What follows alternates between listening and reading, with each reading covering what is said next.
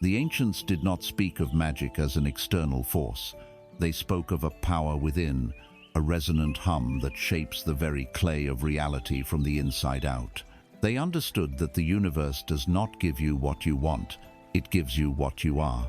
They called this internal compass, this silent, gravitational pull, the magnetic mind. And you, seeker, have not arrived here by chance. You were not led here by an algorithm or a random click. You have been summoned by an echo from the future version of yourself, a version that already knows the truth you are about to embrace. Feel that for a moment, that subtle pull, that quiet curiosity that led you to press play.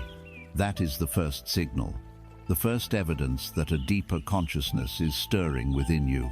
You have chased the shadows for long enough. You have striven and pushed and wrestled with the external world, believing that if you could just arrange the pieces correctly, you would find peace, you would find abundance. But it left you tired. It left you with a hollow ache, the profound exhaustion that comes from fighting a war on the wrong battlefield. You tried to change the reflection in the mirror without ever looking at the face that was casting it. This journey we are embarking upon is not about learning another technique to manipulate the world. It is not a list of rules or a frantic race towards a goal. It is an unlearning, an excavation. It is a return to the source code of your own being. We will not be adding more to you. We will be stripping away the layers of disbelief, the programming of lack, the conditioning of fear that have convinced you that you are separate from the wealth you desire. The answers you seek are not in my words. My words are merely the tuning fork. The answers are in the silence between them, in the resonance they awaken within you. So I invite you to do nothing but listen. Listen with your soul, not just your ears. Let go of the need to understand everything at once. Simply allow the vibration of this truth to permeate your energy field. We are about to walk through the doors of your own perception, to discover that you are not a beggar asking the universe for scraps. You are the very heart of the universe, learning to receive its own infinite circulation. This is not a path to becoming wealthy. It is the path of remembering that you already are. The journey begins now, in the quiet, in the stillness. Listen, we begin by acknowledging the exhaustion. Let it surface. Do not push it away. Acknowledge the deep, soul-level weariness that comes from living in a world that has taught you to build your life from the outside in. You have followed the rules. You have climbed the ladders. You have chased the flickering lights of success that society dangled before you. You believed that effort was the primary currency of achievement, that your sweat was the holy water of prosperity. You have run towards the mirage in the desert, believing with every fiber of your being that this time, the water would be real. Yet, you find your throat is still dry. Your bank account, a source of constant anxiety. Your sense of peace, perpetually mortgaged to a future that never seems to arrive. This is the fundamental exhaustion of the modern soul, and it is born from a single, catastrophic misunderstanding. You have been trying to rearrange the shadows on the wall. Imagine you are in a vast, dark cinema hall. You are the only person there. In front of you is a giant screen, and on it, a film is playing. This film is your life. It shows your relationships, your health, your challenges, and most vividly, it shows your financial reality. Perhaps the film is a drama filled with struggle, scenes of bills piling up, of opportunities narrowly missed, of a constant, grinding lack. You watch this film and you despise it. So, you do what any logical person would do. You get up from your seat, you run to the screen, and you try to change the movie. You bring out buckets of white paint to cover the scenes of debt. You try to paste pictures of mansions over the tiny, cramped apartment. You scream affirmations at the screen, hoping your voice will alter the soundtrack of despair. You work yourself to the bone, polishing the screen, cleaning it, trying to make the image brighter, clearer. But no matter what you do, No matter how hard you scrub, the same depressing film continues to play, projecting itself right over your desperate efforts. You are tired, you are defeated, you are a prisoner in your own cinema. Now, in a moment of profound surrender, you stop. You cease your frantic efforts and collapse back into your seat. And for the first time, you notice something you had ignored completely, a soft, persistent, whirring sound from behind you. You turn your head away from the hypnotizing screen, and you see it. In the back of the hall, a projector. A beam of light is streaming from its lens, cutting through the darkness and creating the very images on the screen you have been fighting against. And in that moment, the entire illusion shatters. The problem was never on the screen. The screen was only ever a passive surface. The source of everything was the film running through the projector. This is the prison of the visible world. Your five senses are reporters, not creators. They are designed to perceive the screen, to tell you in vivid, undeniable detail what film is currently playing. They report the numbers in your bank account, the texture of the eviction notice, the sound of the phone call you dread. And because their reports are so consistent, so tangible, you have been hypnotized into believing they are reporting on reality itself. But they are not. They are reporting on a projection, a hologram, a magnificent, convincing, and utterly illusory shadow play generated by the film reel of your own consciousness. The true architecture of your life is not made of brick and mortar, stocks and bonds. It is made of belief. The film in your projector is a complex reel woven from the threads of your deepest, often unconscious, assumptions about reality. What did you learn about money as a child? Was it the source of all evil? Was it something that noble, spiritual people should not desire?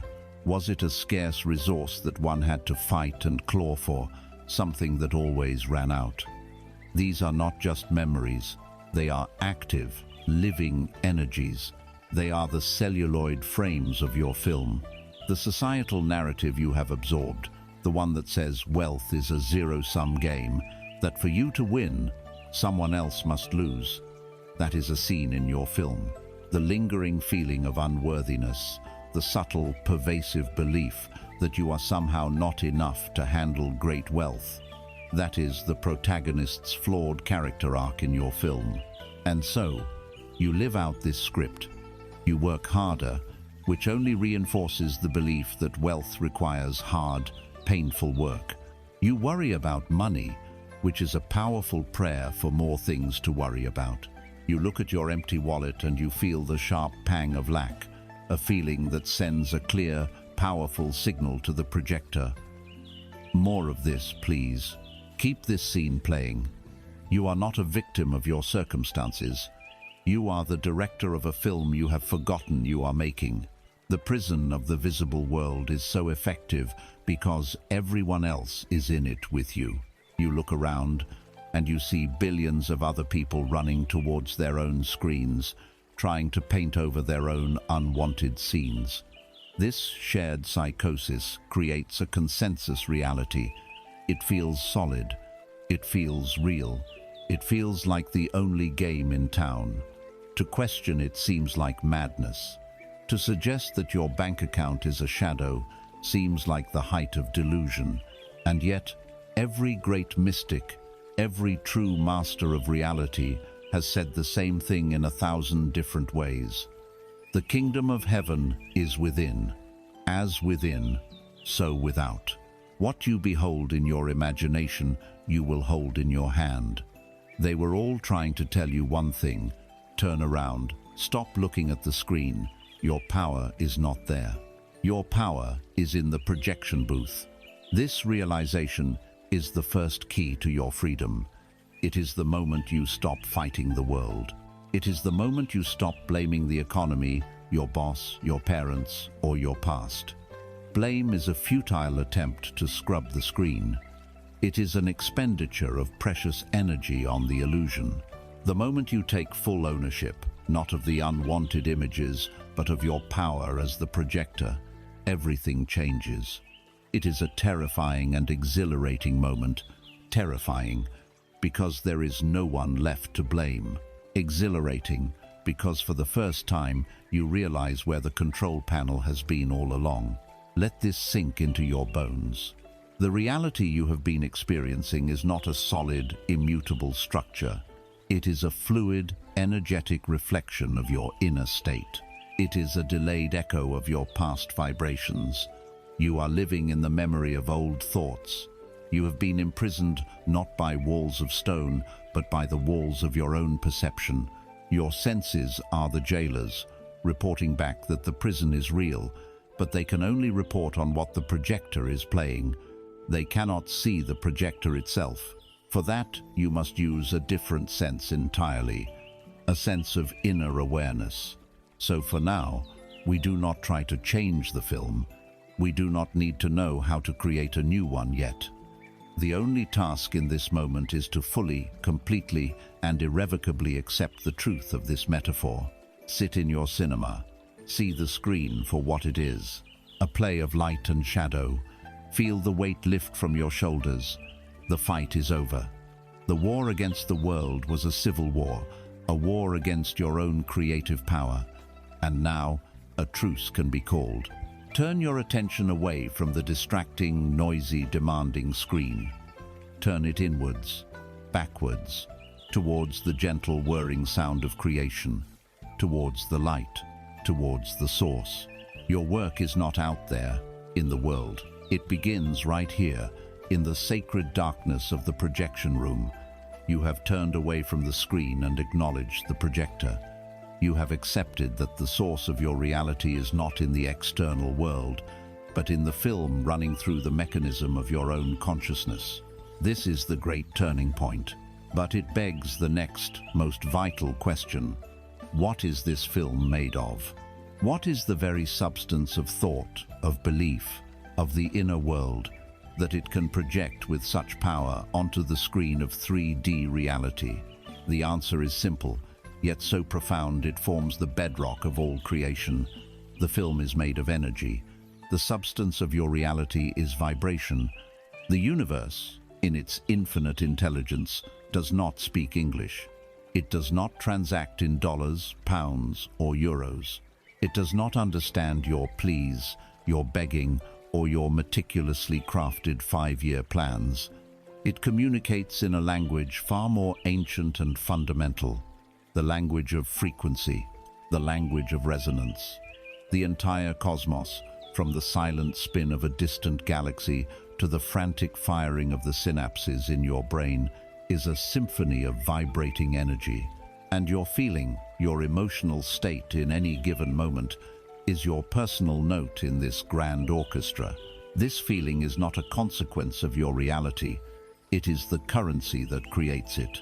Imagine your being is a powerful broadcasting tower, the most sophisticated transmitter and receiver in existence. Every moment of every day, you are sending out a signal. This signal is not composed of your words. It is not even composed of your surface-level thoughts. The signal is the pure, undiluted vibration of your emotional body. Your feelings are the carrier waves of your creative power.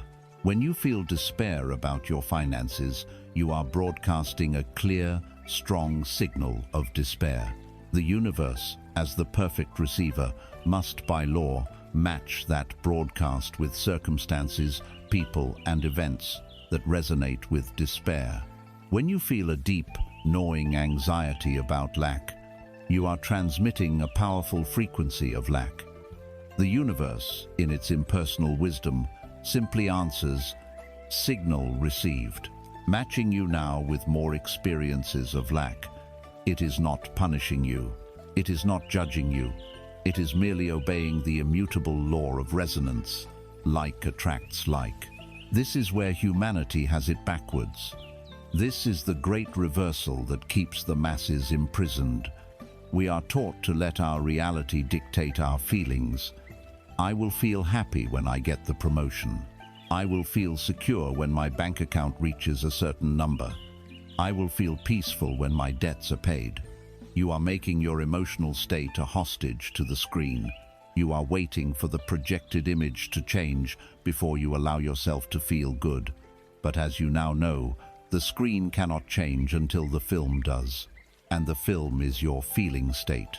To say, "I will feel wealthy when I have money," is like the radio tower saying, "I will broadcast the symphony on 104.5 FM as soon as I can hear it playing." It is an impossibility. The tower must become the source of the broadcast first.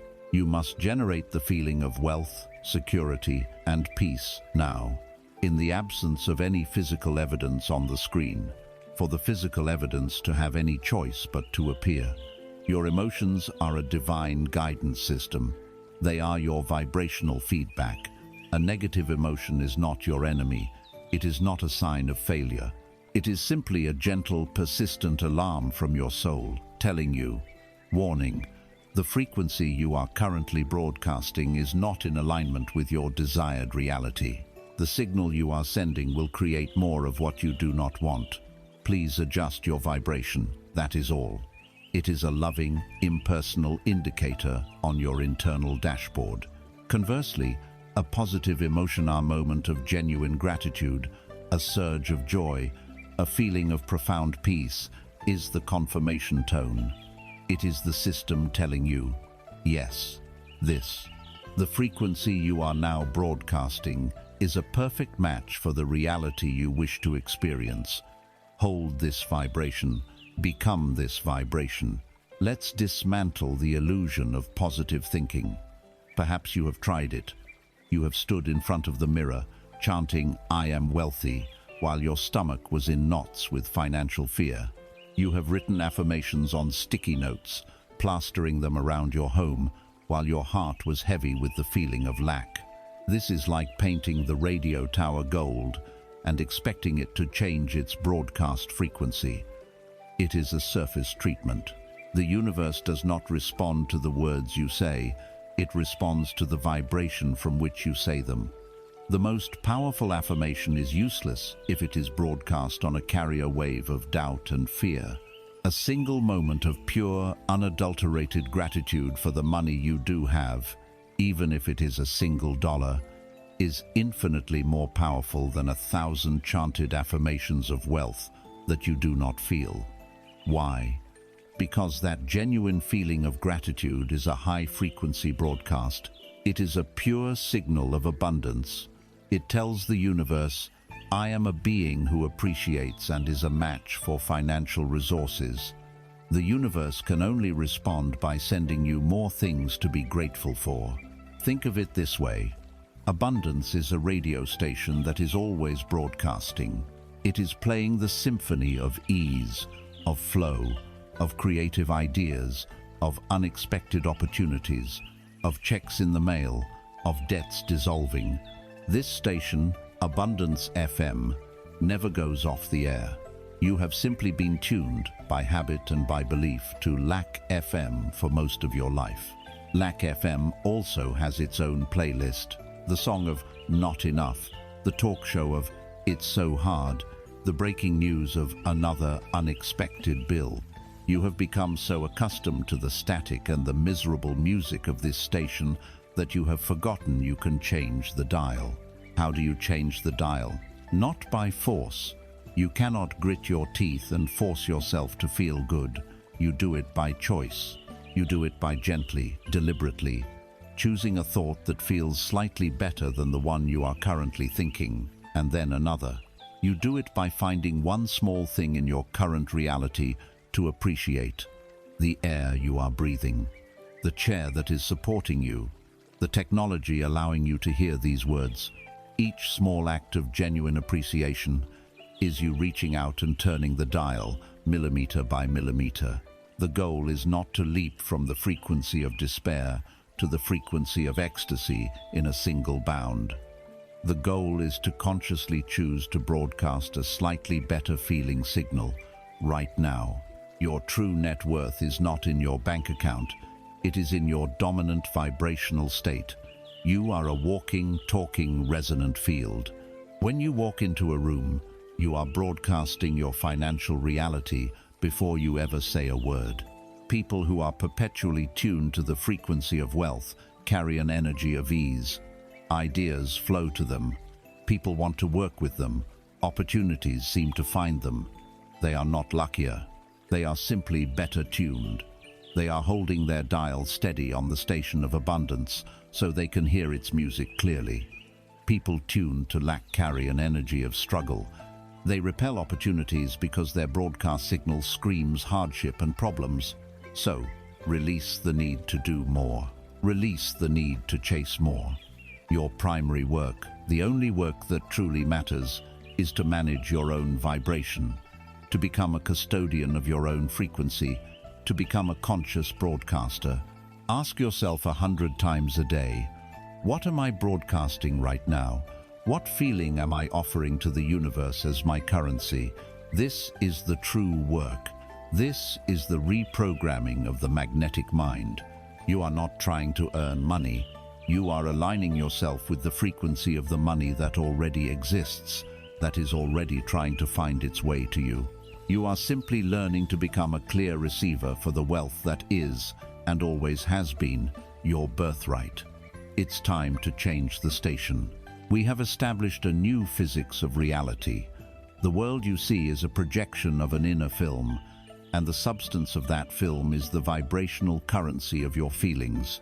You are a broadcasting tower, and your primary work is to tune your frequency to the station of abundance. As soon as this truth begins to settle, another, more insidious voice often arises from the depths. It is a quiet, venomous whisper, and it asks a single question that has paralyzed humanity for eons. But am I worthy of it? This question, this single seed of doubt, is the master program of lack. It is the great firewall that blocks the flow of universal abundance. It is the belief that prosperity is a reward to be earned, a prize given only to the deserving, the righteous, or the perpetually striving.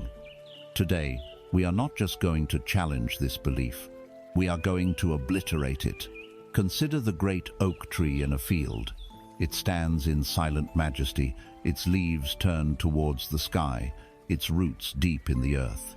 The sun beats down upon it, offering the pure energy of the cosmos, and the tree simply receives it. The rain falls, quenching the soil, and the roots drink deeply, without question. The tree does not lie awake at night wondering if it has been a good enough tree today to deserve the sunlight. It does not perform acts of charity for the squirrels in its branches to feel worthy of the rain. It does not feel guilt for taking nutrients from the soil, worrying that it is taking more than its fair share from the blades of grass beside it. The oak tree's sense of deserving is absolute, because it is not a thought. It is a state of being. It receives, it grows, it expands, not because it has earned the right, but because it is its very nature to be a conduit for the abundance of the ecosystem. You, in your essential nature, are no different. The idea that you must deserve wealth is a human invention, a virus of the ego. It is a cage constructed from 3 bars: morality, sacrifice, and unworthiness. Let us examine these bars one by one and see them for the illusions they are. First, the bar of morality. You have been taught, subtly or overtly, that there is something inherently unspiritual or unclean about money, that poverty is noble and wealth is corrupting. This is one of the most tragic and crippling lies ever told. Money is energy, that is all. It is a neutral, amplifying force. It will make a cruel person more cruel and a generous person more generous. It will allow a creative person to create on a grander scale and a compassionate person to heal on a grander scale. To believe that your goodness or spirituality requires you to reject this energy is like a singer believing that true artistry requires them to have a weak voice. It is a profound misunderstanding of your power. The universe does not reward your poverty with spiritual points. It desires your full, radiant, and abundant expression. Your wealth does not threaten your goodness. It gives it a bigger platform and a stronger microphone. Second is the bar of sacrifice. This is the insidious contract you have made with reality that states, I must suffer in order to succeed. You believe that wealth must be paid for with your life force, your time, your health, your peace of mind. You trade hours of soul-crushing work for a paycheck, reinforcing the belief that money is born from pain. You accept stress as a normal part of ambition. You tell yourself, I will be happy later, once I have struggled enough to earn it. This is a bargain with a ghost. The universe does not operate on transactions of suffering. It operates on the law of resonance. When you offer the vibration of sacrifice, you can only attract more circumstances that require you to sacrifice. When you radiate the energy of struggle, you become a magnet for more struggle. The universe does not demand your pain as payment. It is begging you to offer it your joy so that it can return that joy to you, multiplied. The oak tree does not suffer for the sunlight. It simply opens to it. The third and final bar, the one made of the densest steel, is the wound of unworthiness. This is the deep, cellular feeling of being fundamentally flawed. It is the background hum of not good enough. It is the voice of your past mistakes, your perceived failures, your childhood traumas, all whispering that you don't belong at the table of abundance. This feeling of unworthiness is the most powerful prosperity repellent in existence. When you feel unworthy, you become an energetic mismatch for wealth. If $1 million were to land in your lap, your subconscious, programmed with unworthiness, would see it as a foreign threat. It would panic, and you would unconsciously find a way to get rid of it. You would make a foolish investment, you would spend it frivolously, you would attract a crisis that drains it all away. Your subconscious is not trying to hurt you, it is trying to return you to the familiar, energetic state of not enough, the state it believes is you. It is protecting you from an identity you do not feel you can handle. You cannot become wealthy if you are carrying the vibration of worthlessness, any more than you can tune a radio to a classical station by filling its circuits with mud. Here is the liberating truth that will shatter these bars forever. The universe operates with a divine and beautiful indifference. Indifference does not mean cold or uncaring. It means it is utterly impartial. The law of gravity does not check your moral report card before deciding whether to keep your feet on the ground. The sun does not consult your list of past sins before shining upon your face. The air does not judge your bank account before filling your lungs. These are impersonal, universal laws of giving. The law of attraction is exactly the same. It does not care if you think you are a good person or a bad person. It does not care about your past. It is not a cosmic judge. It is a cosmic mirror. It responds to one thing and one thing only: the vibration you are offering right now. This is the ultimate freedom. You can let go of the crushing burden of trying to be perfect. You can forgive yourself for every mistake you have ever made. None of it disqualifies you. Nothing you have ever done or failed to do has placed a permanent mark against your name in some cosmic ledger. The universe is not holding a grudge.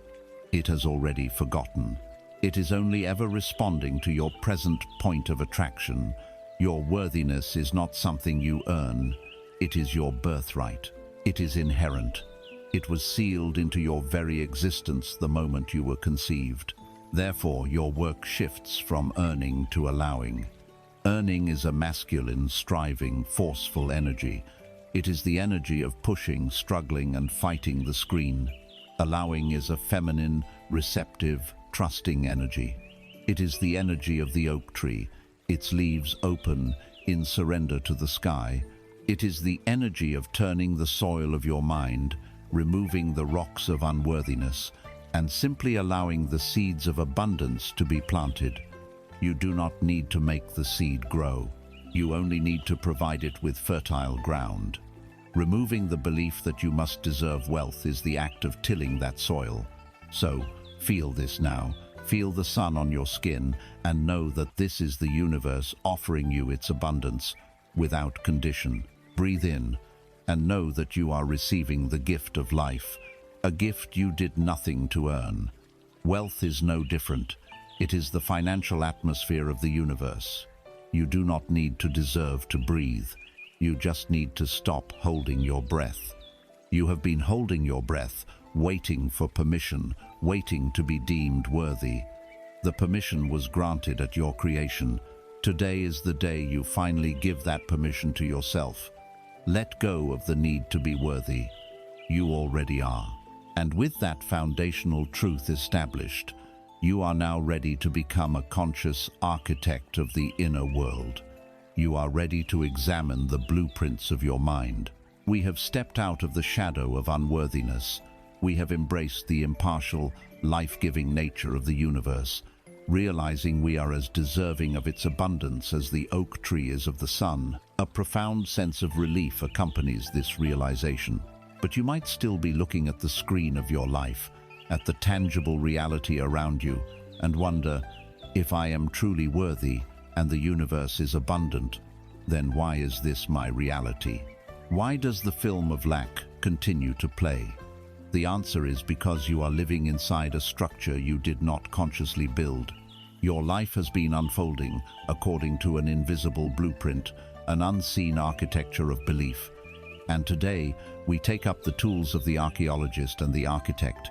We are going on a dig to unearth this framework, not with judgment, but with a courageous and loving curiosity. Imagine your reality as a grand building. It is the house you live in, literally and figuratively.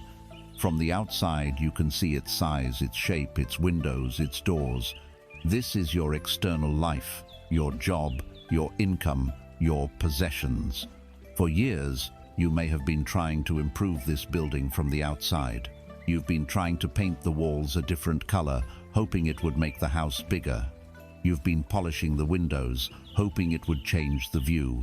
But the size and shape of the building itself never changes. Why? Because you cannot change the fundamental structure of a building from the outside. The true form of the building was decided long before the first brick was ever laid.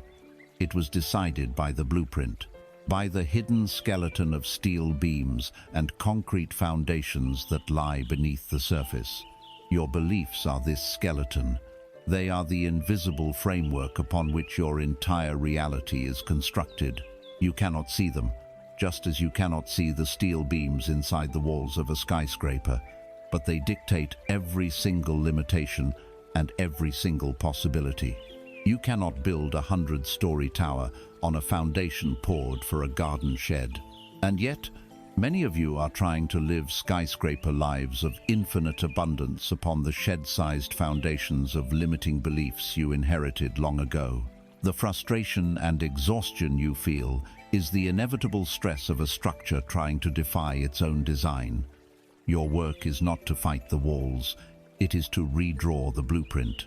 To do this, we must first see the existing blueprint for what it is. This archaeological dig of the self has three primary layers. We must excavate them with care. The first and deepest layer is the childhood foundation. This is the concrete slab upon which everything else is built. As a child, your subconscious mind was wide open. You had no filter, no analytical mind to question what you were told. You downloaded your initial reality program directly from your environment, primarily from your parents and caretakers. Their beliefs about money became your beliefs. They were not just words, they were powerful, emotional, vibrational imprints. So I ask you now, go back. What did you hear? What did you feel? Was money a source of joy and ease, or was it a dark cloud of perpetual anxiety? Was it spoken of with anger, with fear, with resentment, or perhaps was it never spoken of at all? Remember, silence is one of the most powerful teachers. Silence about a subject screams that it is taboo, shameful, or terrifying. Did you hear the phrase, "money doesn't grow on trees"? This is not a simple statement. It is a powerful piece of programming that installs the belief that wealth is unnatural, scarce, and separate from the effortless abundance you see in the rest of nature. Did you constantly hear, "We can't afford that"? This trains the mind to automatically associate desire with disappointment. It creates a neural pathway that equates wanting something with the painful feeling of lack. Did you witness your parents fighting about bills?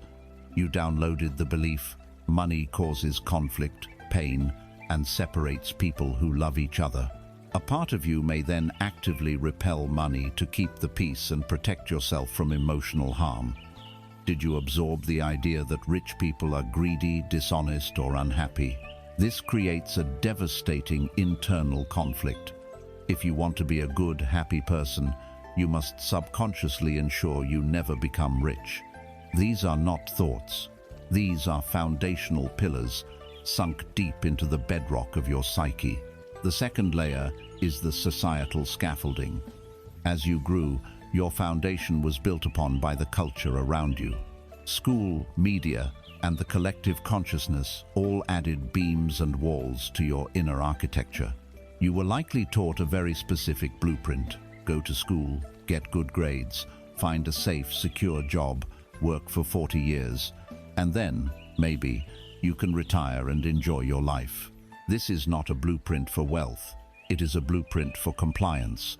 It is designed to create predictable workers, not sovereign creators. It installs the belief that your time is for sale and your value is determined by an employer.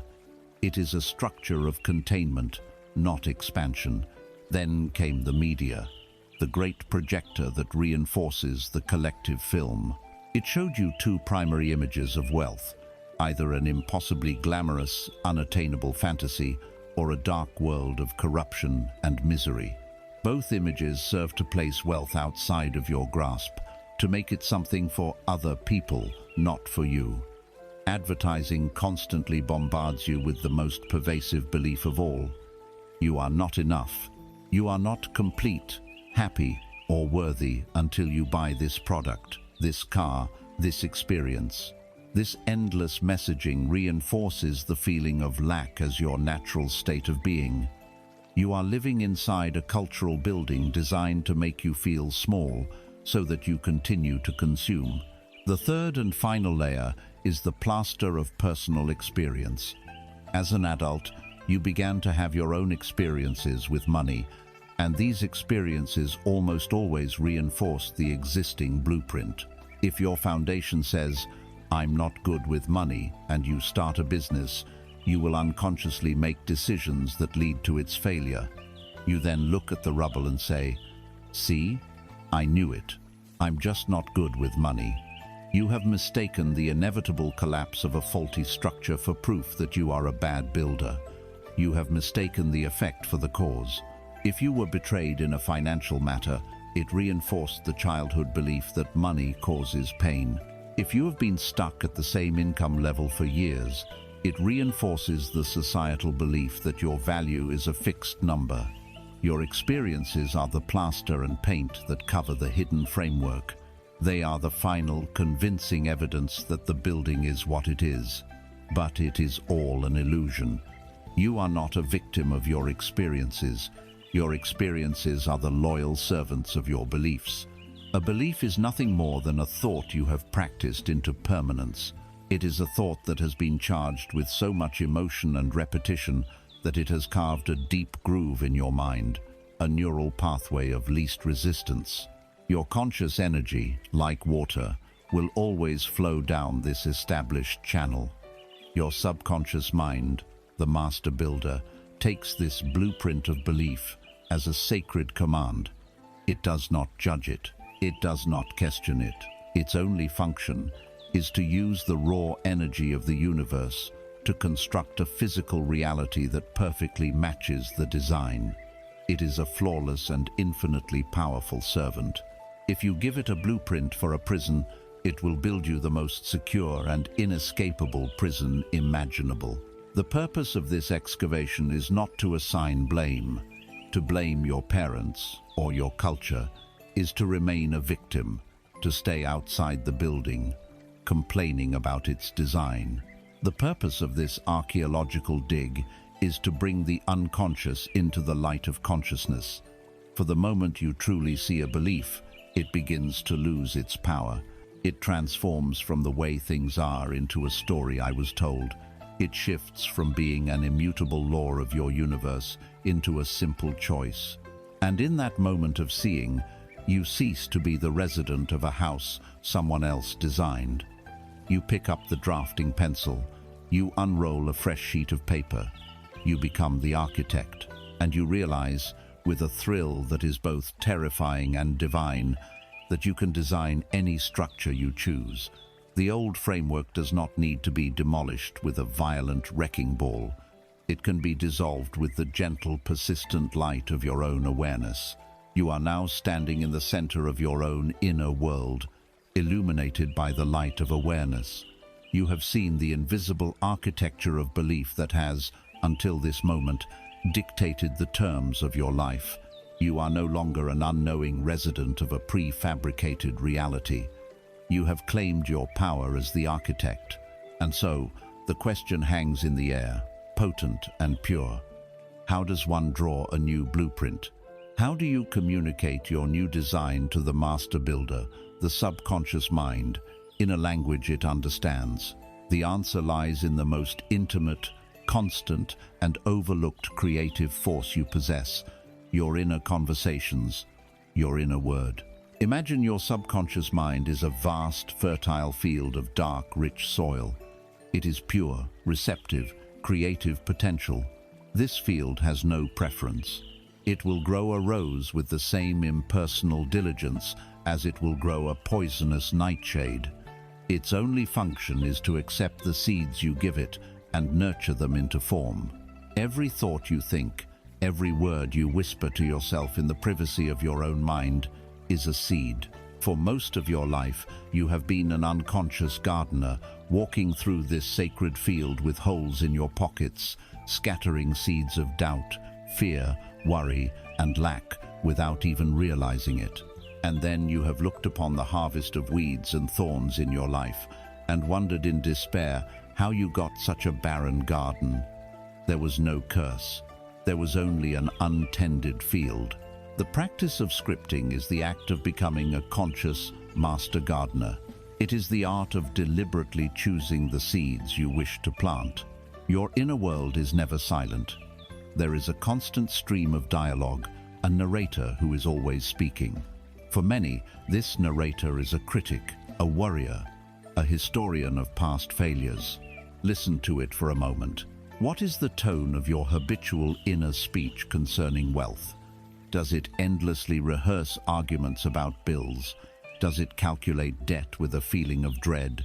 Does it fantasize about worst-case scenarios? What if I lose my job? What if I can't pay the rent? I never have enough. It's always a struggle. This is not idle chatter. This is a powerful form of negative scripting. It is a prayer for more struggle. It is the act of diligently, repeatedly, planting seeds of nightshade and then demanding to know why no roses are growing. The subconscious mind takes your word as law. Particularly, it takes the word that follows the two most powerful creative words in existence. I am. Whatever you affix to I am is a direct command to the universe, a declaration of the state you have chosen to embody. When you say, I am so broke, or I am tired, or I am stressed, your subconscious does not hear a complaint. It hears a divine edict. It hears you, the God of your reality, declaring, the state I choose to be is broke, make it so. It then mobilizes all the forces of the universe to create a reality that perfectly mirrors that declaration. The first and most profound step in rewriting your reality is to become ruthlessly aware of what you are attaching to your sense of self, to your great I am. This brings us to the conscious and deliberate act of scripting. This is not mere positive thinking. This is the intentional creation of a new memory, a memory of the future. It works because it bypasses the analytical mind, which acts as a gatekeeper. If you write, I will be wealthy, the gatekeeper can immediately object. No, you won't. Look at your bank account. But if you write about your wealth in the past tense, as a fond recollection, the gatekeeper is lulled into a state of creative storytelling. You are not making a claim to be verified. You are reminiscing. Here is how you, the master gardener, begin to plant new seeds. Treat this not as a chore, but as a sacred ritual. Find a time and a space where you will not be disturbed. This is not something to be rushed while checking your emails. Light a candle. Play music that elevates your soul. This is a date with your creator self. You will need a pen and a notebook, for the physical act of writing slows down the mind and impresses the idea more deeply into the subconscious. Now, you begin to write. But you do not write about what you want. You write about what you have. You write from the perspective of your wish fulfilled. You write a letter to a trusted friend or a diary entry dated a year from now, describing with joy and relief how wonderfully your life has unfolded. You use the past tense. You might start with, "I can hardly believe it's been a year since everything changed. I remember back in 2025, when I used to worry so much about money. It feels like a lifetime ago." The key, the very lifeblood of this practice, is to infuse your words with feeling. The subconscious mind does not respond to dry facts. It speaks the language of emotion. Do not just write, "I have a lot of money." That is a dead seed. You must water it with the rain of sensory experience. What does the feeling of financial freedom actually feel like in your body? Describe it. I remember the incredible wave of relief that washed over me when I logged into my bank account and paid off the final credit card bill. I felt a lightness in my chest, a sense of expansion I hadn't felt in years. I walked outside and the air itself felt different, cleaner. Describe the scenes that your wealth now allows. Don't just say you bought a new house. Describe the feeling of your bare feet on the cool hardwood floors in the morning. Describe the scent of coffee brewing in your spacious new kitchen. Describe the sound of your children's laughter echoing in the garden. Describe the look of pure joy on your mother's face when you told her you had paid off her mortgage. You are painting a picture, a vivid sensory mosaic for your subconscious mind to accept as a memory. You are giving it the feeling of the wish fulfilled. This feeling is the seed that holds the entire tree within it. As you write, allow yourself to feel the gratitude as if it is happening now. Gratitude is the ultimate fertilizer for your garden. I am so grateful for the peace of mind I have now. I am so grateful that I can be so generous with the people I love. Isn't it wonderful how everything worked out so perfectly? You are creating the vibrational signature of a prayer that has already been answered. When you are finished writing for the day, the ritual is complete. Close the notebook. This is a critical step. You have planted the seeds. The conscious gardener's job is done. Now you must trust the soil. You must let it go.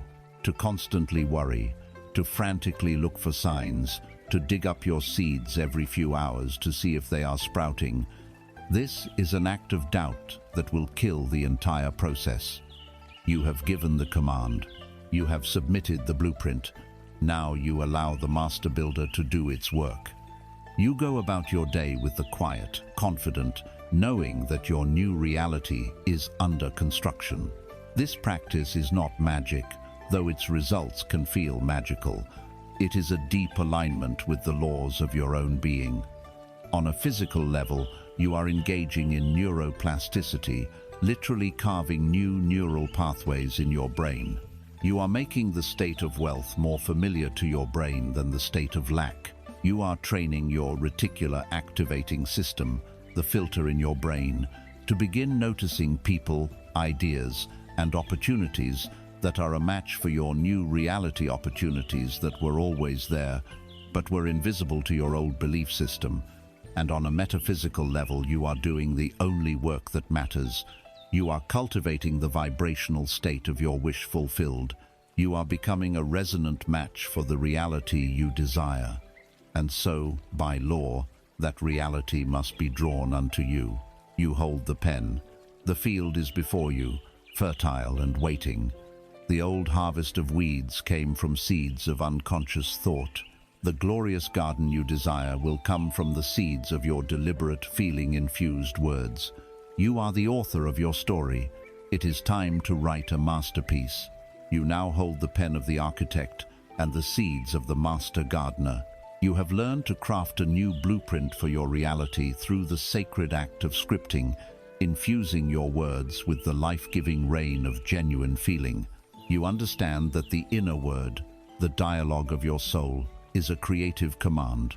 But even the most masterfully chosen seed requires fertile soil, and there are moments in the cycle of your consciousness when the soil of your subconscious mind is infinitely more receptive than others. To ignore these moments is to sow seeds on hard, sun-baked earth. To utilize them is to plant your desires directly into the rich, dark loam of creation itself. These moments occur on the sacred borderland of consciousness, the mystical bridge we cross each night and each morning. This is the state akin to sleep. To understand its power, we must revisit the metaphor of the gatekeeper. Your conscious, waking mind, the part of you that is listening to my voice right now, is a vigilant guard. It stands at the gates of your inner kingdom, armed with the spear of logic and the shield of past experience. This gatekeeper's job is to analyze, to judge, to protect you by comparing everything new to everything old. During the bright light of day, when you are fully awake, this guard is at his most alert. If you approach him and try to hand him a seed of, "I am fabulously wealthy," he will likely knock it from your hand. He will laugh and point to your current reality on the screen, shouting, "Liar, look at these bills. Remember your past failures. This seed is not valid here." His resistance is strong, his logic is relentless, and for most, he is an impassable obstacle. To fight him is to create more conflict and reinforce his power. But you are not meant to fight him. You are meant to be wise. Twice every day, this formidable gatekeeper grows drowsy. As you prepare for sleep, his grip on his spear loosens. His eyelids grow heavy. His analytical mind begins to drift, his thoughts becoming scattered and dreamlike. And in the moments just before he fully succumbs to slumber, the gate is left unguarded. A similar thing happens upon waking. Before the alarm clock shocks him into full alertness, before he has had his coffee and donned his armor of worldly concerns, there is a hazy, fluid window of time when he is still half dreaming. These two periods are the golden hours for the spiritual architect. These are the moments when you can walk right past the sleeping guard, enter the holy temple of the subconscious, and plant your seed directly into its altar without any resistance. This state akin to sleep, which the great mystic Neville Goddard called SATS, is the state of maximum receptivity. It is a state of profound physical relaxation where the body is immobilized, but the mind remains aware, albeit in a passive, floating kind of way. You know this state. It is that delicious feeling of sinking into your bed, your limbs growing heavy and numb. It is the point where you lose track of your body's specific position in space. Your internal chatter begins to fade, replaced by a flowing, non-linear stream of images. In this state, the veil between the conscious and subconscious mind becomes as thin as a soap bubble. An idea impressed upon the mind in this state is not analyzed. It is simply absorbed. It is accepted as truth. It is like pouring molten gold into a mold. The liquid gold does not argue with the shape of the mold. It has no choice but to conform to it. In SATS, your consciousness is that molten gold, and your desire is the mold. To harness this power, your approach to sleep must be transformed from a passive act of biology into a conscious act of creation. The hour before you get into bed is your preparation. Do not flood your mind with the static of the world, the frantic scrolling through social media, the stressful news, the violent television shows. This is like trying to perform a sacred ritual in the middle of a noisy marketplace. Instead, wind down. Quiet your environment. Read a few pages from your script. Listen to music that stills your soul. You are preparing the ground. When you get into bed, lie in a comfortable position from which you will not have to move. Your goal is to let your body fall asleep while your conscious attention remains gently focused for just a few moments longer. Close your eyes and begin to drift.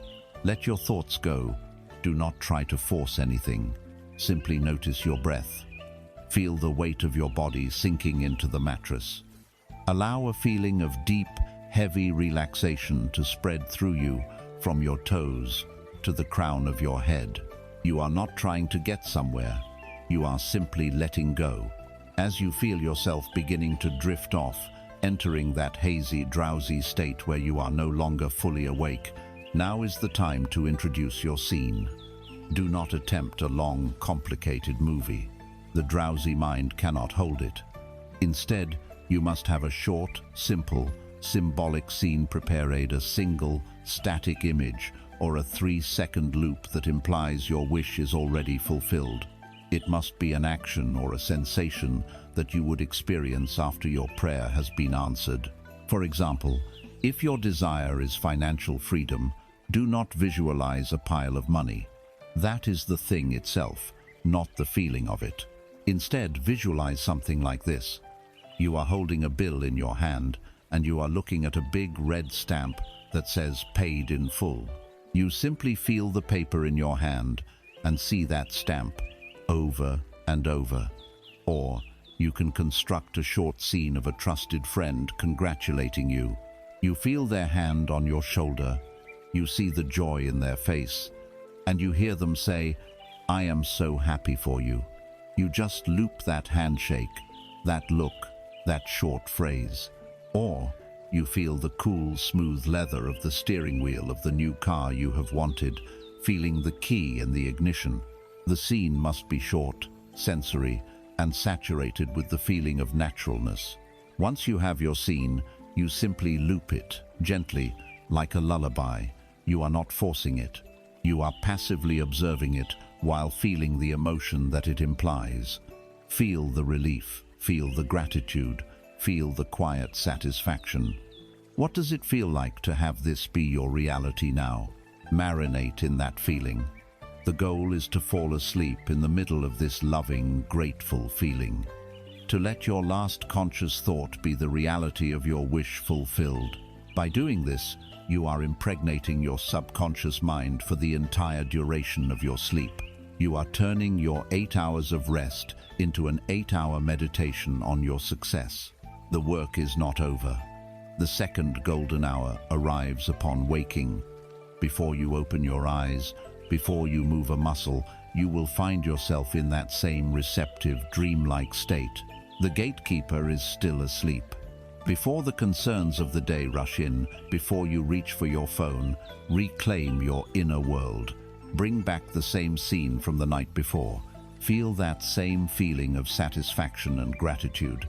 Set the keynote for your day, not with worry or a to-do list, but with the quiet, confident joy of your dream already being a fact. Start your day from the state of the wish fulfilled. A single thought of, "Isn't it wonderful?" held in these first waking moments, is more powerful than hours of strained effort later in the day. This practice is the epitome of working smarter, not harder.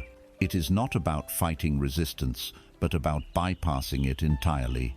It is the wisdom of the gentle stream that flows around the great rock, rather than trying to smash through it. You are aligning yourself with the natural rhythms of your own consciousness. You are transforming sleep from a mere biological necessity into your most powerful creative workshop.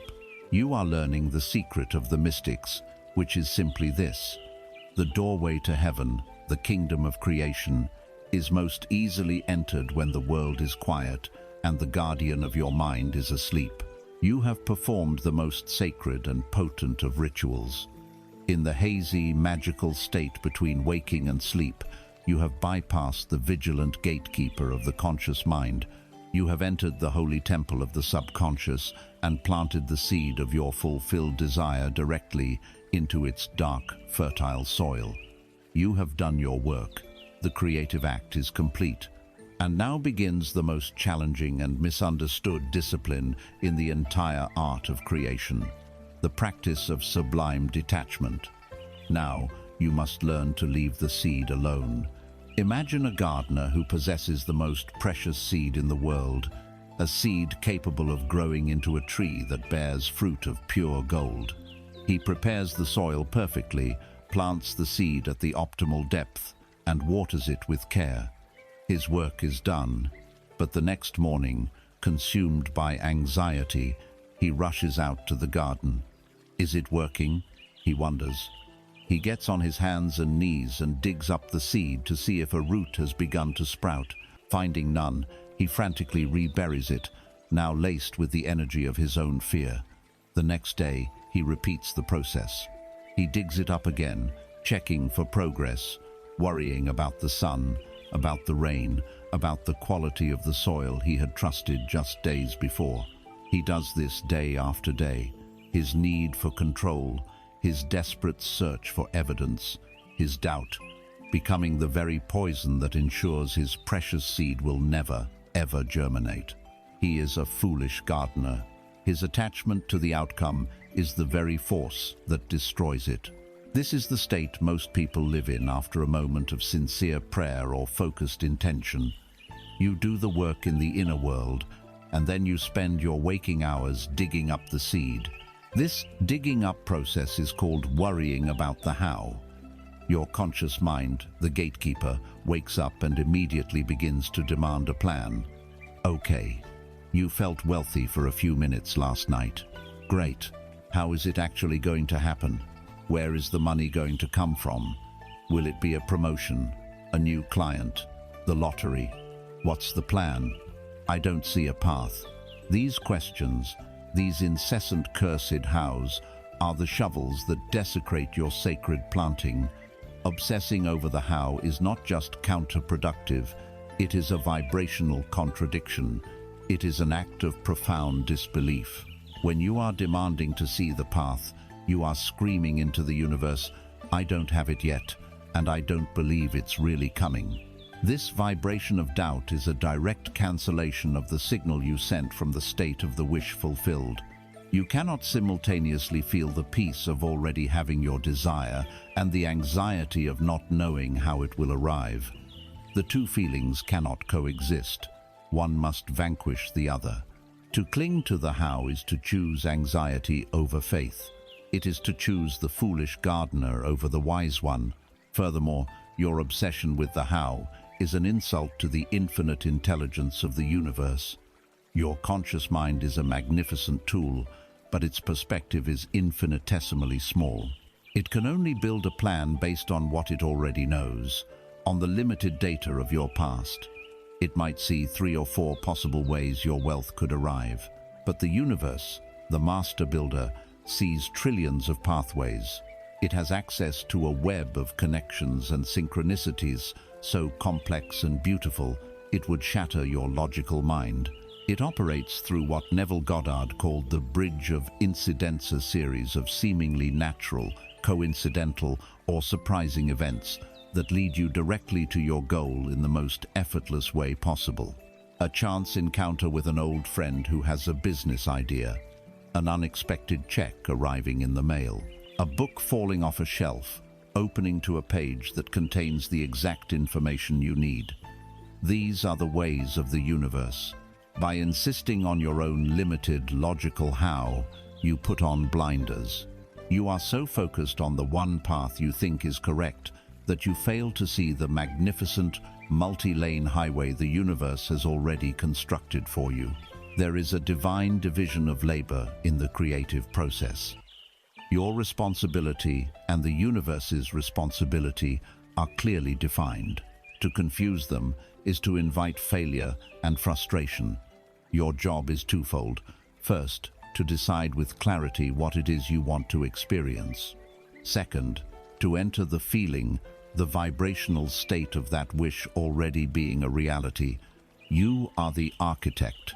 Your job is to create the blueprint, to feel the joy of the finished home, to imagine walking through its rooms. That is it. Your work is done. The universe's job is everything else. The how, the when, the where, and the who are not your concern. They are the domain of the master builder. The universe handles the logistics, the supply chain, the hiring of contractors, the arranging of circumstances. To try and do the universe's job is not only an act of supreme arrogance, but it is also incredibly inefficient. You are a visionary architect, but you are a terrible logistics manager for a cosmic construction project. Detachment is the art of respecting this division of labor. It is the profound relief of handing the project over to the expert, of letting go of the need to micromanage the creator of worlds. This detachment is not a passive, apathetic state of not caring. It is an active, vibrant trust. It is a confident knowing. So, how do you practice this during the bright, distracting light of day when the gatekeeper is on full alert?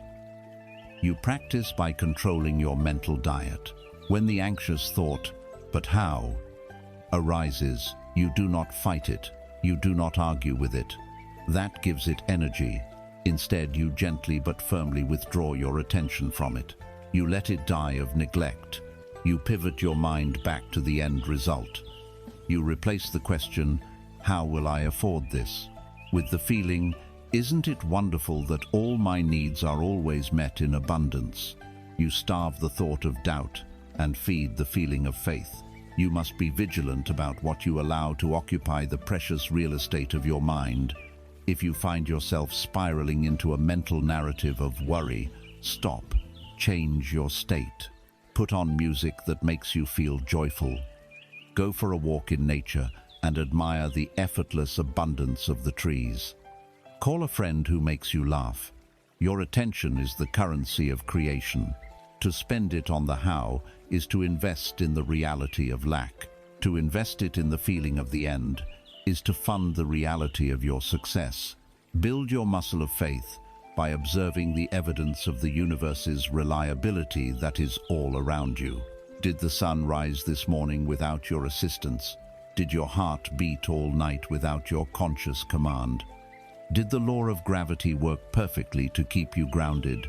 The same infinite intelligence that orchestrates the magnificent dance of the cosmos without your help is more than capable of arranging the circumstances of your life.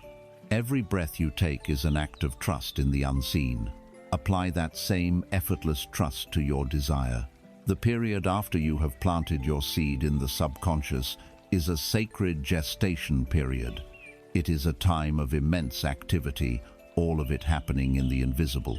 The seed is breaking open, the roots are pushing down into the dark, life is stirring. To trust this unseen process is the ultimate demonstration of faith. Detachment, then, is not indifference. It is the highest form of care.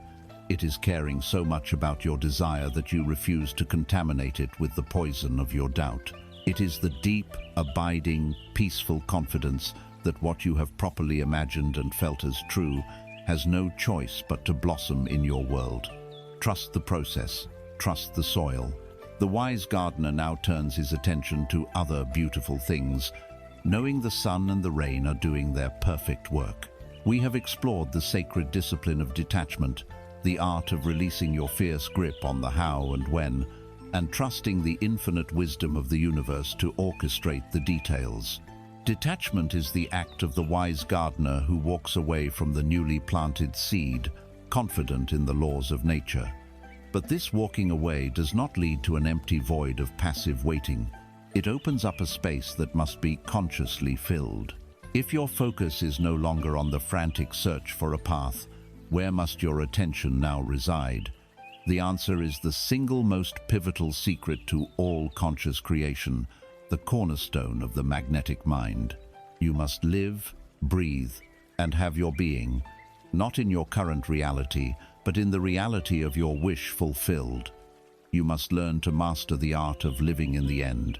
To understand this principle, imagine a master actor preparing for the role of a lifetime, the part of a wise and beloved king. An amateur actor would focus on the externals. He would practice a regal voice. He would work on a kingly posture. He would memorize his lines. But his performance would be hollow, a fragile imitation, because deep down, he still feels like an actor pretending to be a king. A master, however, employs a different magic. He does not ask, "What would a king do?" He asks a far more profound question: what would it feel like to be a king? What would be my fundamental assumptions about the world if I carried the weight and privilege of a crown? What would I think about as I fall asleep? How would I view the people around me? The master actor works from the inside out. He reads, he studies, he meditates until he has completely saturated his consciousness with the feeling of royalty. He begins to think from the state of being a king, and a miraculous thing happens. He no longer has to act. His posture naturally becomes regal. His voice assumes an effortless authority. His gestures are imbued with a quiet dignity. He is not pretending.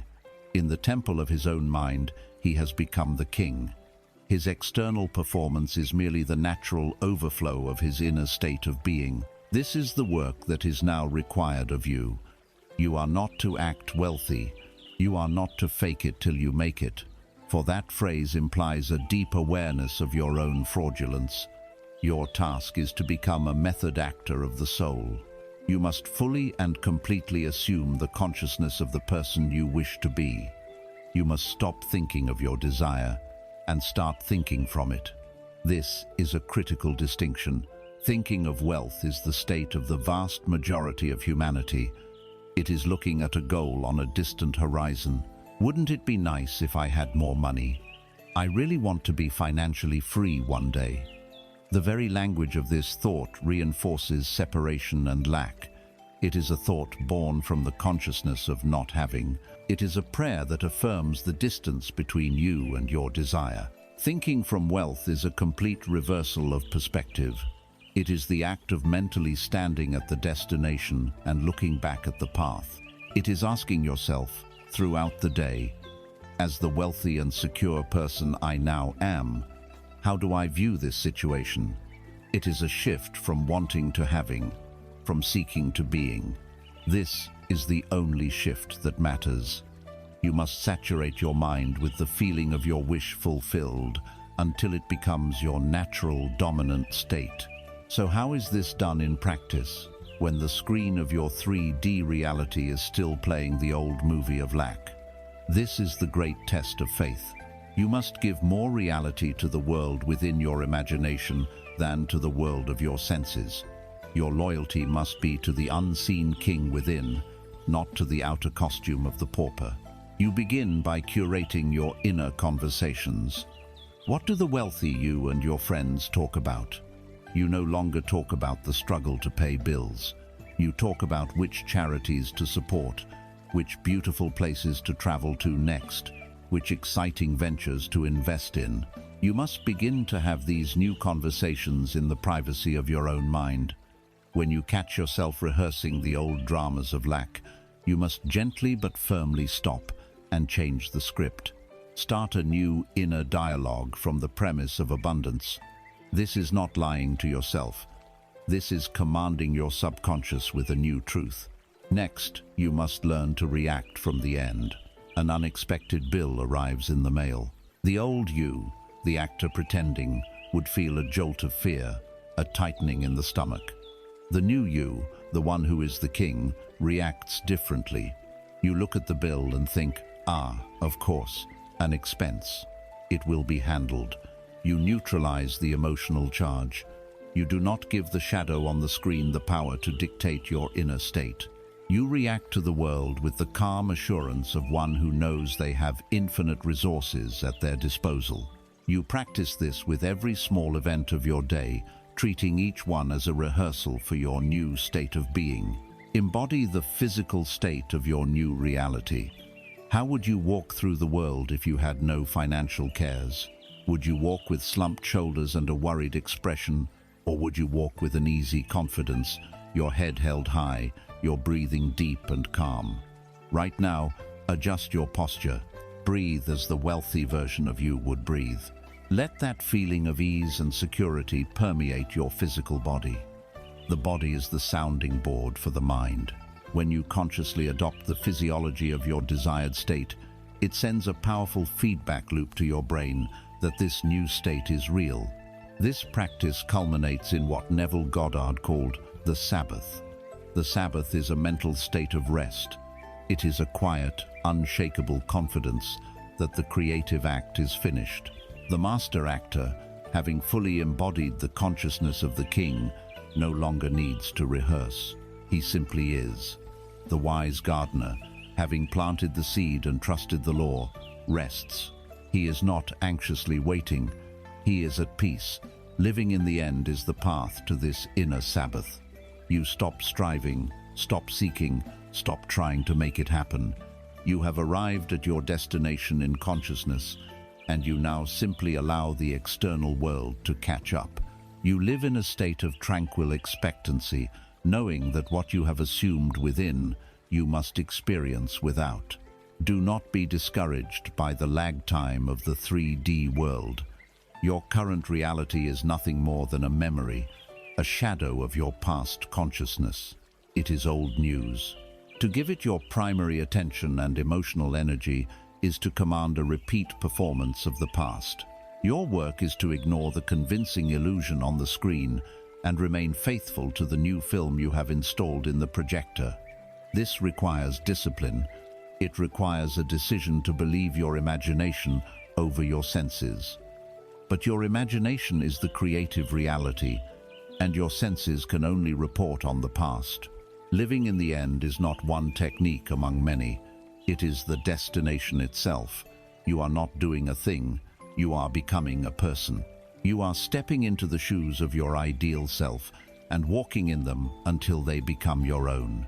The world is a mirror, and it has no choice but to reflect back to you the person you have consistently chosen to be in the sanctuary of your own mind. Become the king within, and you will inevitably be crowned in your world. You have accepted your grand assignment, to live faithfully in the end, to inhabit the consciousness of your wish fulfilled, to become the master actor who is so immersed in the role that it ceases to be a role at all. You are walking through your days from the perspective of the king, the queen, the master of your reality. But as you walk this noble path, the old world will still clamor for your attention. The screen of 3D reality, with its chorus of apparent problems, deadlines and demands, will try to pull you back into the drama. Your logical mind, the loyal but anxious gatekeeper, will leap forward, desperate to analyze, to strategize, to figure it all out. It believes that the solution to a problem is found through more thinking, more mental noise, more frantic effort. But the king knows a deeper truth. The king knows that the most powerful solutions, the most elegant strategies, and the most profound sense of peace are never found in the roar of the storm, but in its quiet, omniscient eye. The answers you seek are not born of noise. They are found in the silence. Imagine your mind is a deep lake. For most of your life, the surface of this lake has been in a constant state of agitation. The winds of fear, the gales of anxiety, and the relentless chop of analytical thought have kept the waters turbulent and murky. When your mind is in this state, two things become impossible. First, the constant churning stirs up the sediment from the bottom, the mud of past regrets, the silt of old fears, making the water so cloudy that you cannot see into its depths. The treasures of your own innate wisdom, the pearls of intuition that lie on the lake bed, are completely obscured. Second, and more importantly, a turbulent surface cannot reflect anything clearly. The light of the sun, the vastness of the sky, the wisdom of the infinite intelligence that surrounds you is distorted into a million fractured, meaningless pieces. You cannot see the guidance that is always there. To try and solve a problem with a frantic, worried mind is to try and see your reflection in a hurricane. It is an act of futility that only creates more turbulence. The path to clarity is not through more vigorous thinking. It is through the courageous act of allowing the winds to cease. It is the practice of stillness. When you allow your mind to become still, the sediment slowly, gently settles. The water becomes crystal clear, and you can finally see the wisdom that has been within you all along. But something even more magical happens. The surface of the lake becomes like a sheet of flawless, polished glass. And in that state of perfect stillness and receptivity, it can perfectly mirror the sky. It can reflect the truth of divine intelligence. The answer you have been desperately searching for appears, not from within the water, but reflected upon it, a perfect image of clarity, peace, and simplicity. The noise that plagues you is not your enemy, but it is a distraction from your power. It comes in three primary forms. First is the noise of over-analysis. This is the ego's belief that it can think its way to abundance. It creates endless pro and con lists, runs cost-benefit analyses, and tries to predict the future based on the severely limited data of the past. It is like trying to navigate the ocean with a map of your backyard. It is an arrogant and exhausting process that ignores the greater intelligence that is always available. Second is the noise of worry. Worry is not problem-solving. Worry is the act of using your divine imagination to create a future you do not want. It is a sustained meditation on failure. Each anxious what-if scenario is a prayer for disaster. It is the act of consciously choosing to whip the waters of your mind into a frenzy, ensuring that no clarity can ever emerge. It is the most inefficient and draining use of your creative energy. Third is the noise of external opinion. When faced with a challenge, the untrained mind immediately runs outside for answers. It asks friends, family, experts, and scrolls endlessly through the internet, seeking a consensus or a quick fix. While counsel can be wise, a frantic search for external validation is a declaration that you do not trust your own inner guidance. It is adding a dozen conflicting winds to the storm on your lake, making the turbulence even worse. The true work, the work of the master, is to cultivate the ability to access the silence that lies beneath all this noise. This silence is not an emptiness. It is not a void. It is a plenum. It is a field of pure potential, the womb of all creation. And you can access it now. I invite you to join me in this brief practice. Find a comfortable position, close your eyes, and for a moment, simply notice your breath. Do not try to change it. Just observe the gentle rise and fall of your chest. This is the first step in calming the winds. Now, bring your awareness to your thoughts. Do not try to stop them. To fight your thoughts is to create more conflict, more waves on the lake. Simply observe them as if you were the vast, silent sky watching clouds drift by. You are not the clouds. You are the sky. You are the awareness in which the thoughts are appearing and disappearing. Notice their transient nature. They are ephemeral, weightless. Do not attach to them. Do not follow them. Just watch. As you continue to watch, begin to shift your attention. Instead of focusing on the thoughts themselves, the clouds begin to listen for the silent spaces between the thoughts. This is the key. In the beginning, these gaps may be very short, just a split second of quiet. But this is the blue sky between the clouds. Put your attention there. Listen to the silence. Feel its texture. It is not empty. It is pregnant with peace. It is rich with potential. This silence is your true nature. It is the stillness of the lake bed. As you rest in this silence, you will begin to notice something. The answers you have been striving for often appear, not as a shout, but as a whisper. Intuition does not speak in logical arguments. It speaks in quiet knowing. It arrives as a gentle nudge, a sudden insight that feels simple and right, an image that brings a sense of peace, or a single word that lands in your awareness. This is the reflection on the still lake. The universe is constantly whispering its guidance to you, but you can only hear a whisper when you are quiet. This practice of finding the silence is not meant to be confined to a 20-minute meditation session. It is a tool to be used throughout your day. When you feel the winds of anxiety begin to blow, take one conscious breath and find that still point within you.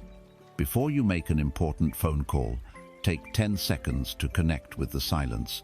When faced with a problem, instead of immediately diving into the noise of analysis, pose your question to the universe. Ask, what is the highest and best solution here? And then, let it go. Enter a state of quiet, receptive listening, trusting that the reflection will appear on the still waters of your mind in its own perfect time. Stillness is not passivity. It is not inaction. It is the most potent, powerful, and intelligent form of action. It is the conscious creation of a state of perfect receptivity to a higher wisdom. You already have all the answers you seek. They are not lost. They are simply waiting for you to become quiet enough to hear them. Stop stirring the waters. Let the mud settle. And in the perfect, glassy silence of your own mind, you will see the reflection of the heavens, and you will know exactly what to do. From the deep and resonant silence, a new feeling begins to emerge. In the stillness of the lake, once the mud has settled, there is not just clarity, but a profound sense of peace. This peace is the fertile ground from which all creation springs. Our next great work is to cultivate this ground, to enrich it, to magnetize it, and to make it irresistibly attractive to the abundance that we seek. We do this through the most beautiful and powerful of all spiritual technologies. We do this through the alchemy of gratitude. We have misunderstood gratitude. In our world, gratitude has been relegated to a polite afterthought, a transactional thank you that we offer after we have received something. It is a response to an effect. I will be grateful when the money comes in. I will feel thankful when my prayer is answered. This is the gratitude of a child who says thank you only after being given a gift. It is sweet, but it holds little creative power. The alchemy of which I speak is a force of a completely different order. It is creative gratitude. It is the conscious act of feeling profound thankfulness before the gift has been placed in your hands, before the evidence has appeared on the screen. This gratitude is not an effect. It is the cause. It is not a polite response. It is a powerful, magnetic command. Imagine the universe is a symphony. Every possible reality, every state of being has its own unique frequency, its own musical key. The reality of lack, struggle, and fear is a low, discordant hum, out of tune and jarring to the soul. The reality of abundance, flow, and joy is a beautiful, harmonious chord that resonates with clarity and power. Now, imagine that gratitude is a universal tuning fork, one that was forged in the heart of creation and is permanently calibrated to the exact frequency of abundance. When you feel a moment of genuine, heartfelt gratitude, you are striking this tuning fork against your very soul. And according to the immutable law of sympathetic resonance, when you strike a tuning fork, any other object of a similar frequency will begin to vibrate in harmony with it, even from across the room. When you make your own being vibrate with the pure tone of gratitude, you are sending out a signal of such clarity and power that the very substance of the universe that resonates with that frequency, the money, the opportunities, the health, the loving relationships, must begin to vibrate in response. It has no choice. It must move towards you to harmonize with the beautiful music you are now creating. This is the alchemy. Gratitude transmutes the leaden energy of lack into the golden energy of receptivity. But how do we practice this, especially when the screen of our reality seems to show us so much to be ungrateful for? We begin, as always, where we are. This is the first level of the practice, the rampage of appreciation. Right now, wherever you are, allow your eyes to rest on one object in your vicinity. Perhaps it is the chair that is holding you, supporting your body without judgment or effort. Can you feel a flicker of genuine gratitude for its simple service? Feel it. Now find another. The roof over your head, protecting you from the elements. The technology that is allowing my voice to reach your ears across space and time. The simple fact of the air entering your lungs. a gift you have received every few seconds of every day of your life without ever having to ask for it. Do not just think these thoughts, feel them. Let the feeling of appreciation well up inside you. Go on a rampage, look for more and more. The clean water available to you, the food you have eaten today, a memory of a friend's laughter, the beauty of a single cloud in the sky.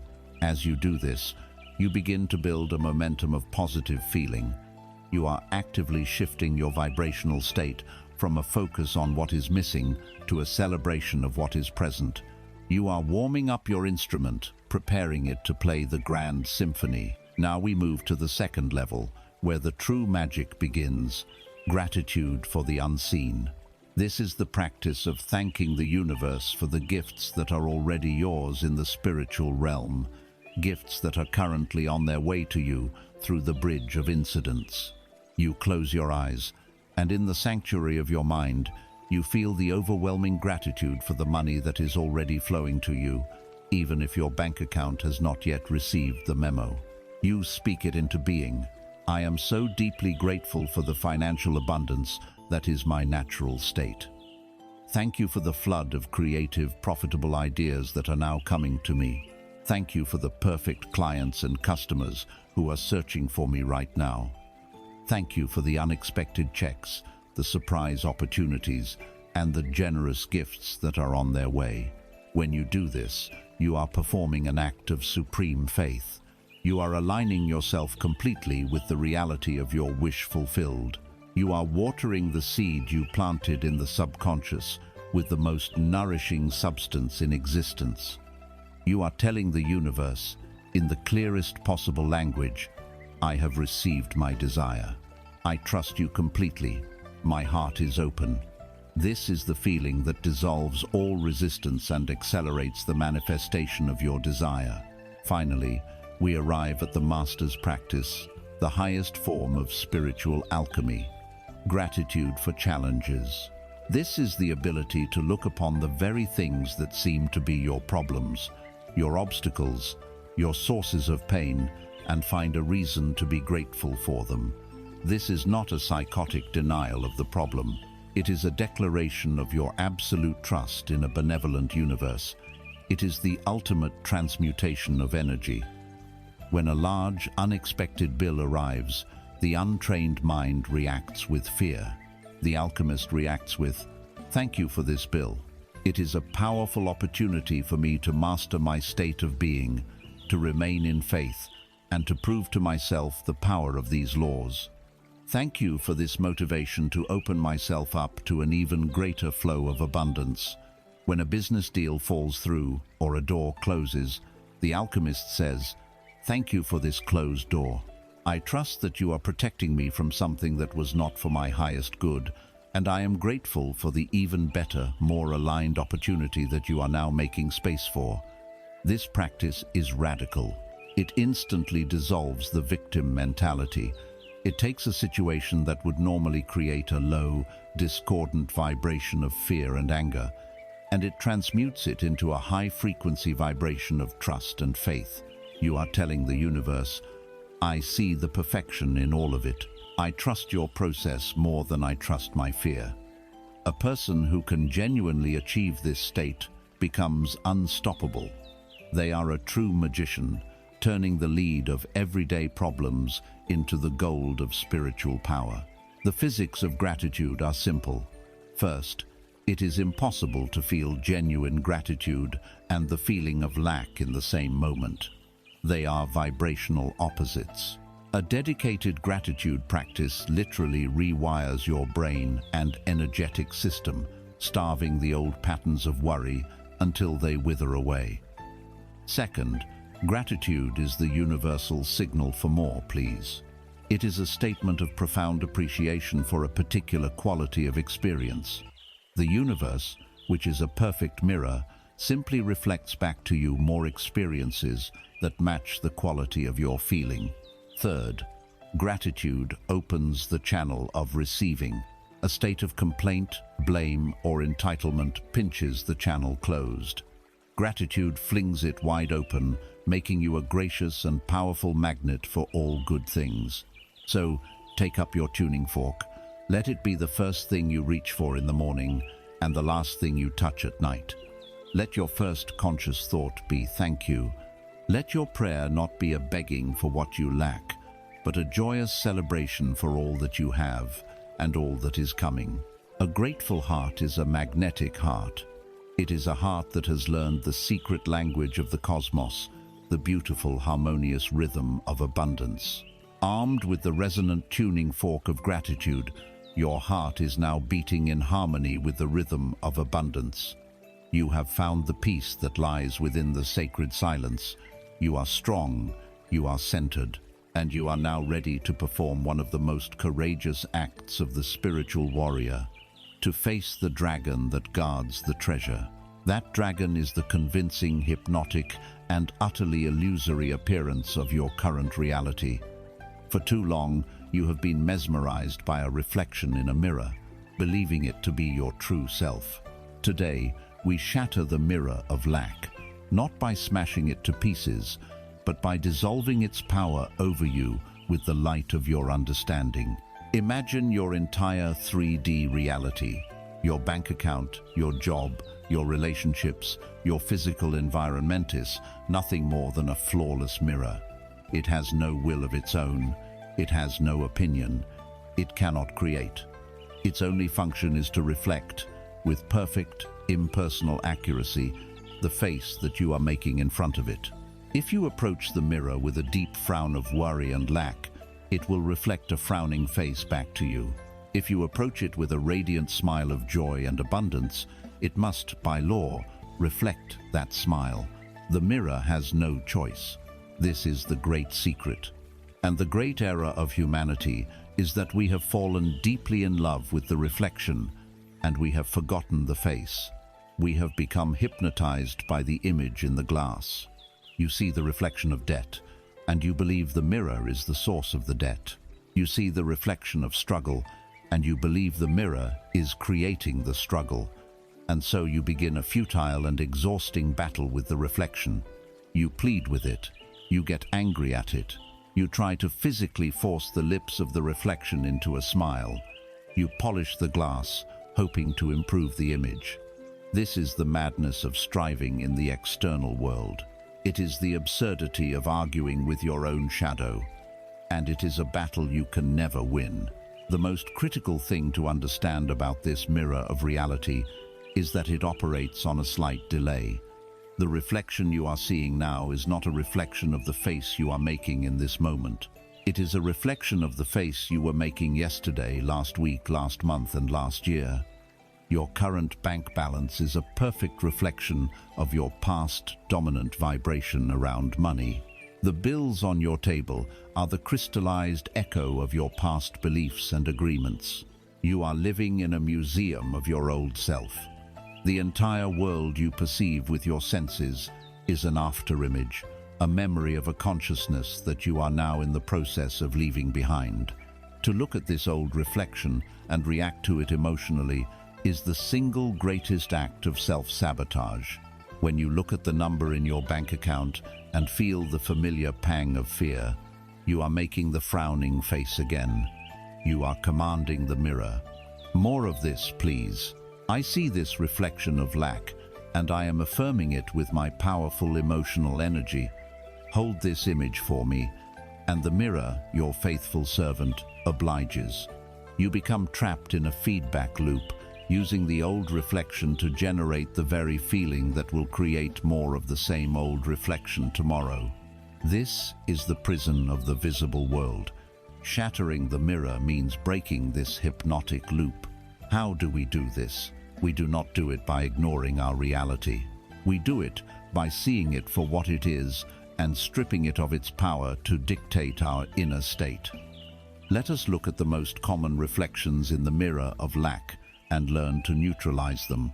First, the reflection of your bank account. That number on the screen is not a measure of your worth. It is not a prediction of your future. It is a historical data point. It is an old weather report. You must learn to look at it with the cool, detached neutrality of an architect surveying an old building before a grand renovation.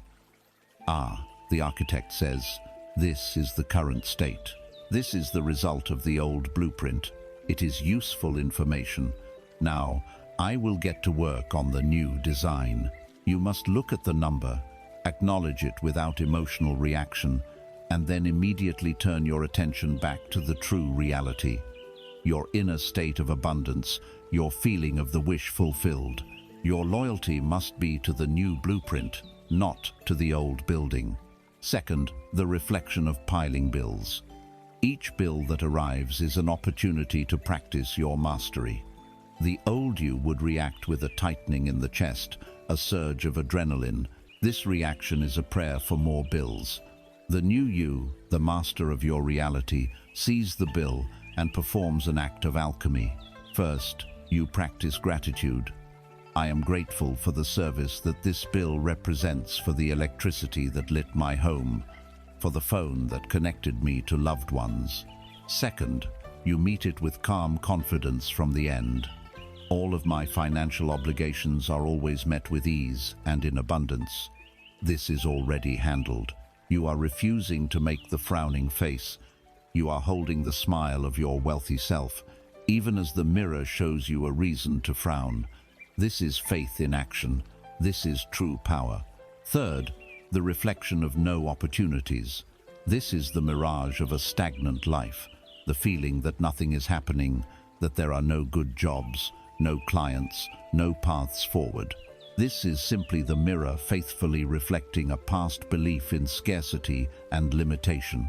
The opportunities you seek are not absent. They are simply on a frequency you have not been tuned to. They are invisible to the frowning face. When you stop energizing the reflection of stagnation and dedicate yourself to feeling the inner thrill of new, creative ventures, the mirror must begin to change. The phone will ring, the email will arrive, the idea will spark. But the inner shift must come first.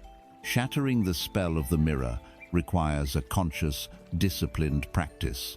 It requires you to live in two worlds at once for a short time, the dying world of your senses and the rising world of your imagination. Your primary allegiance must be to the world within.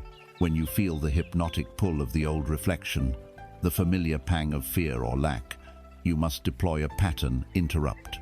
Snap your fingers, take a deep breath, say out loud, "This is the old reflection. I am the source of the new one." Break the trance. Reclaim your power as the face, not the reflection. Instead of hating the old reality, which creates resistance and feeds it energy, you can dissolve it with love. Look upon your debts, your struggles, your current limitations, and say, "I bless you for the lessons you have taught me. You have shown me the incredible power of my own focus and feeling. Your purpose is now complete. I release you with gratitude." Blessing the old reality drains it of its emotional charge and allows it to dissolve peacefully as the new reality takes its place. At first, the changes in the mirror will be small. A friend buys you lunch. You find a $20 bill in an old coat pocket. You receive an unexpected refund. Do not dismiss these. These are the first glimmers of the new reflection. They are the universe winking at you, saying, "I'm receiving your new signal. Keep it up." You must greet these small manifestations with an avalanche of gratitude. "Thank you. I see this. More of this, please." This gratitude amplifies your signal and commands the mirror to reflect bigger and bigger images of abundance. You are the source. You are the cause. You are the face in front of the glass. The world is nothing more than your faithful, flawless reflection. Stop trying to command the mirror. It cannot hear you. It can only see you. So turn away from its convincing illusions. Go within. Find the feeling of the king, the queen, the creator you truly are. Put a genuine smile on your inner face, the smile born of gratitude, peace, and the knowing of your own power. Hold that inner state. Live from it. Be loyal to it above all else. And when you turn back to the mirror of your world, you will find with no surprise at all that it is smiling right back at you.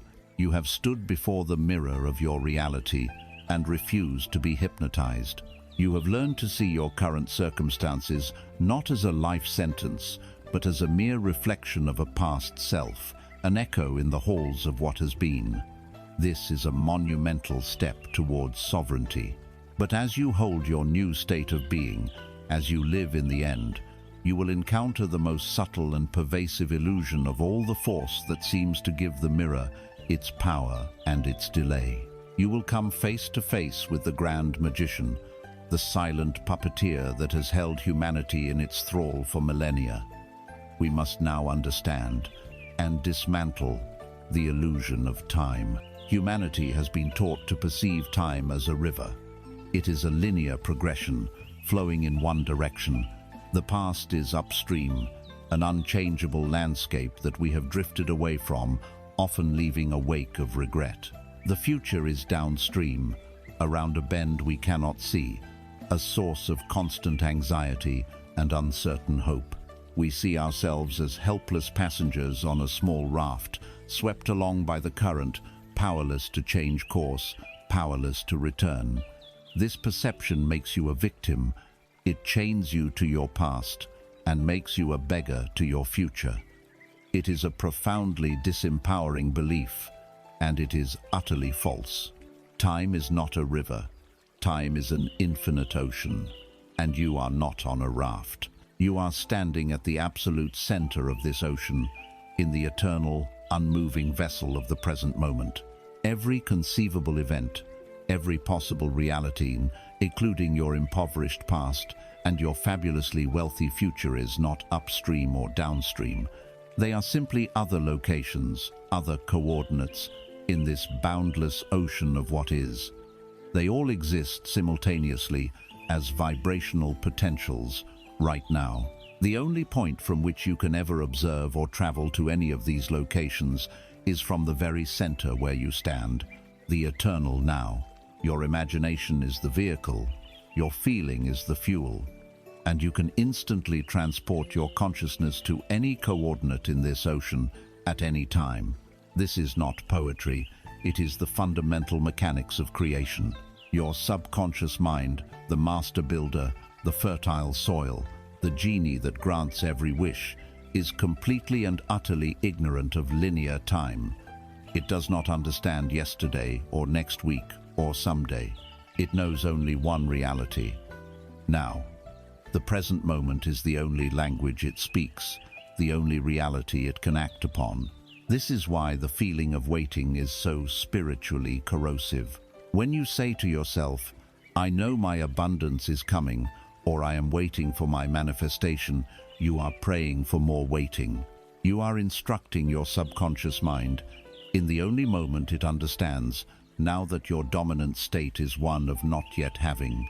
You are feeling the lack of it in the present, and so the subconscious faithfully projects more circumstances that will make you feel like you are waiting. The feeling of waiting is a vibrational affirmation for more waiting. The past you regret and the future you desire are constructs of your conscious mind, and they are activities you can only perform in the present. The past does not exist anywhere except as a memory trace, an energetic pattern in your consciousness now. The future does not exist anywhere except as an act of imagination in your consciousness now. You remember in the now, you worry in the now, you hope in the now, you create in the now. You can never escape it. The now is your only point of power. It is the only place creation ever occurs. To waste the present moment by regretting a past that is gone or fearing a future that is not yet formed is to abdicate your creative power entirely. We have become slaves to the tyranny of the ticking clock. Clock time, or chronos, is a useful social convention for scheduling appointments and organizing the 3D world. But we have mistaken the tool for the reality.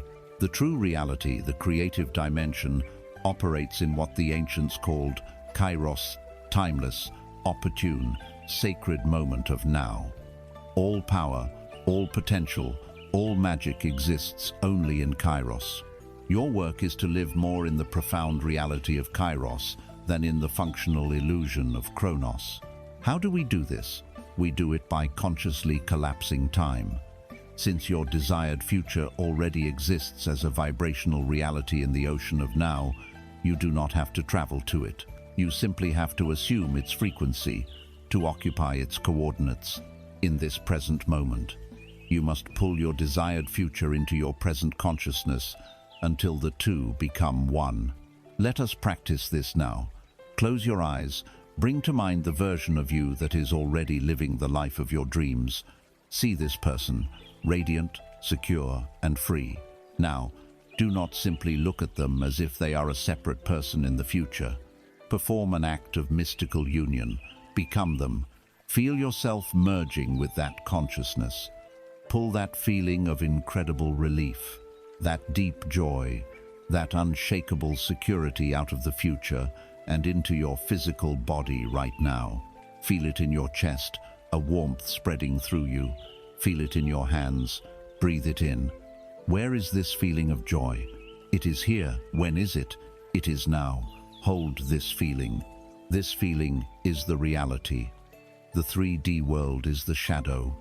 By feeling it now, you have collapsed time. You have made a future dream, a present, vibrational fact. This is the antidote to the poison of waiting. Whenever you catch yourself feeling that anxious sense of anticipation, recognize it for what it is, a state of disbelief. It is the ego saying, "It's not here yet." In that moment, you must gently correct yourself, interrupt the pattern, declare, "It is not coming, it is here, it is done," and then do whatever it takes to recapture the feeling of the wish fulfilled. Remember the scene you created in the state akin to sleep. Replay it in your mind for 30 seconds. Feel the gratitude. You are not trying to make something happen. You are returning to the state of it already having happened. This understanding even changes your relationship with the past. Instead of seeing the past as a fixed, unchangeable burden, you can see it as a memory pattern that can be vibrationally altered in the now. The practice of revision, as taught by Neville Goddard, is a powerful tool for this. You can take a painful or negative memory that contributes to your sense of lack, and in your imagination, you can rewrite it. You revise the scene to have the outcome you would have preferred. You replay this revised scene until it feels real. You are not denying history. You are changing the feeling and vibration you carry from that history. Since the past only exists as a memory in the now, by changing the feeling of the memory, you are changing your present point of attraction. You are healing your past in the only place it exists, right now. Living from this awareness is true freedom. The frantic rush to get somewhere else ceases. The heavy burden of past mistakes dissolves. There is only this perfect, potent present moment, a silent point of infinite creative potential. Your wealth is not on its way. It is not in the future. The vibrational reality of it, the energetic blueprint of it, exists as a possibility for you to select now. Your work is to tune yourself to its frequency in this moment. The 3D world of clock time, the world of the mirror, will then have no choice but to rearrange itself to reflect the reality you have established in the timeless now. It may take a day or a year of clock time for the reflection to fully form, but the creative act itself is instantaneous and occurs only in the now. You are not a helpless passenger on the river of time. You are the master diver, the commander of your own consciousness, standing at the center of the infinite ocean. Every destination, every reality is already present, waiting for you to occupy it. Do not wait for your dream to come to you. Assume it, embody it. Feel it now. Collapse the illusion of time, and you will become the master of your destiny. We have journeyed far into the inner world. We have shattered the mirror of lack and collapsed the illusion of time. We are learning to live in the eternal, now, saturated with the feeling of our wish already fulfilled. From this high plateau of consciousness, a natural and practical question arises. So, do I do nothing? Do I simply sit in a room and meditate, waiting for abundance to knock on my door? This question reveals a final, subtle misunderstanding of our role as creators in a physical universe. The answer is no, you do not do nothing. You participate in the grand dance of creation. But you must now learn the profound and life-altering difference between the frantic, exhausting action of the ego and the graceful, powerful, and effortless movement of inspired action. To grasp this distinction, imagine yourself as the captain of a majestic ship on a vast ocean. Your destination is a beautiful, sun-drenched island. This is your fulfilled desire. Now, imagine there is no wind. The sea is calm. The air is still. The captain who operates from a consciousness of lack and fear believes, there is no help for me. The universe is not providing any wind. It is all up to me. And so, he commands his crew to take out the great, heavy oars. They begin to row. They sweat, they strain, their muscles burn with lactic acid. They are filled with struggle and resentment. This is hustle culture. This is action born of the belief that you are separate from the universe and that you must use your own brute force to wrestle success from a reluctant world. You might make some agonizingly slow progress, but you will be exhausted, burnt out, and your entire journey will be defined by the vibration of struggle. Your frantic rowing is a powerful prayer for more struggle. Now, consider the wise captain. He operates from a consciousness of alignment and trust. He has already done the most important work. In his mind, he is already on the island. He feels the warm sand between his toes. He hears the joyful sounds of the shore. He has set his destination in consciousness. He does not try to create the wind. He knows that is not his job. He trusts the laws of the sea. So what does he do? He prepares his ship. He mends the rigging. He studies his charts. He maintains a state of joyful, confident expectation. And he waits, not with anxiety, but with knowing. The moment he feels the first gentle stirring of a breeze, the first whisper of the universe, he does not grab an oar. He gives a calm, simple command: raise the sails. This is inspired action. It is a small, almost effortless movement. But by this simple act, he positions his ship to catch the immense, invisible power of the wind. The universe fills the sails, and the ship glides forward with a speed and grace that no amount of frantic rowing could ever achieve. The wise captain works in partnership with the universe. He does not provide the power. He simply provides the vehicle and the alignment. Raising the sails is the physical act that follows an inner knowing. For your entire life, you have been taught to be a frantic rower. Society celebrates the struggle, the hustle, the grind. It has taught you to worship effort as the cause of success. But effort born of fear is a low-frequency vibration. Inspired action is the complete opposite. Let us dissect the two so you can recognize them in your own life. Action born from fear, lack, and the ego feels heavy. It feels like a should, a must, a have to. I should make those cold calls. I have to work late tonight. It is accompanied by a feeling of pressure, of tightness in the chest. It is draining. When you are engaged in this kind of action, you feel like you are pushing a boulder uphill. It is a constant battle against resistance. The results you get are often meager and disproportionate to the immense effort you expend. Inspired action, on the other hand, is born from the alignment you have cultivated within. It comes after you have done the inner work of living in the end. It feels light, joyful, exciting, and often effortless. It does not feel like a should.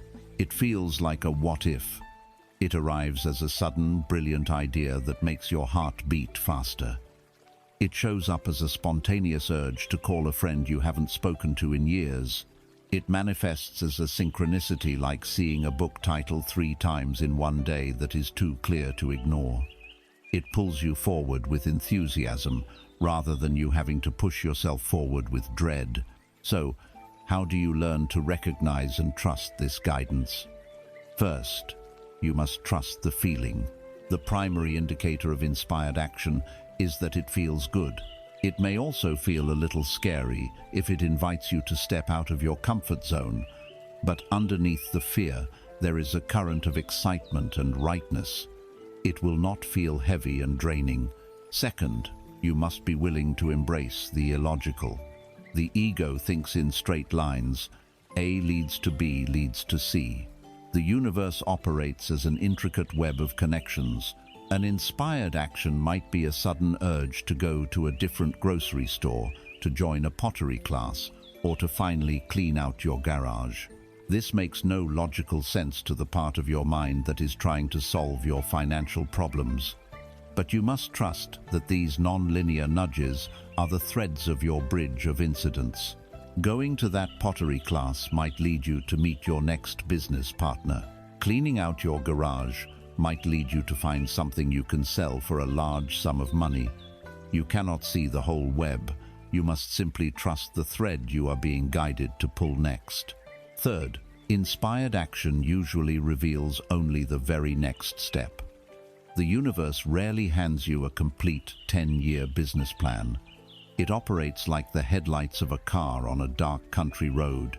They do not illuminate the entire journey to your destination.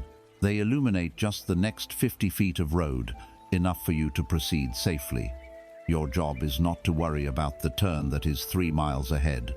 Your job is to drive the next 50 feet in faith.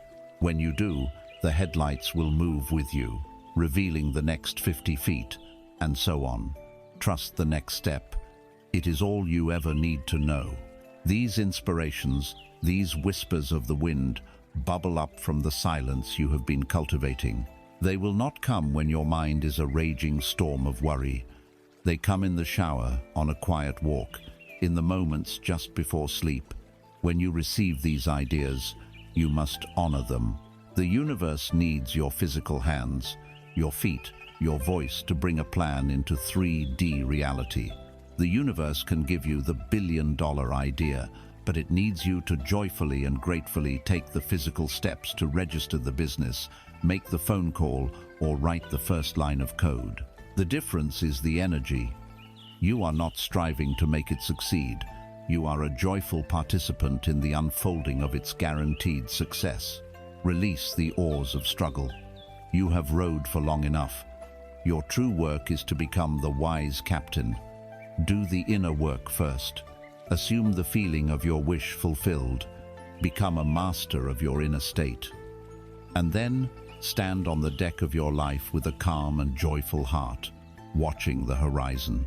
When you feel the gentle, unmistakable breeze of inspiration, do not hesitate, do not overthink. Simply raise your sails and allow the magnificent, unseen power of the universe to carry you effortlessly to the shores of your dreams. The wise captain raises his sails. He does not create the wind, he aligns with it. He does not hoard the wind, he participates in its magnificent, invisible movement across the ocean. In this graceful partnership, a final and fundamental illusion about the nature of our quest is revealed. We have been taught to see wealth as a destinatione, treasure island on the horizon, a specific number in a bank account, a hoard of gold to be acquired and guarded. But this is the ultimate mirage. True, sustainable, joyful wealth is not a static place you arrive at. It is not the island. It is the wind itself. It is a current. It is an energy. It is a flow.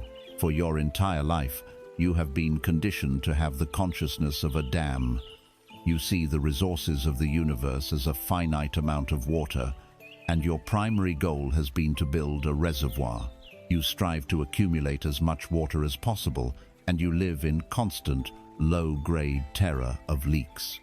You measure your security by the height of the water you have managed to hoard. Every dollar you spend is a crack in your dam, a source of anxiety.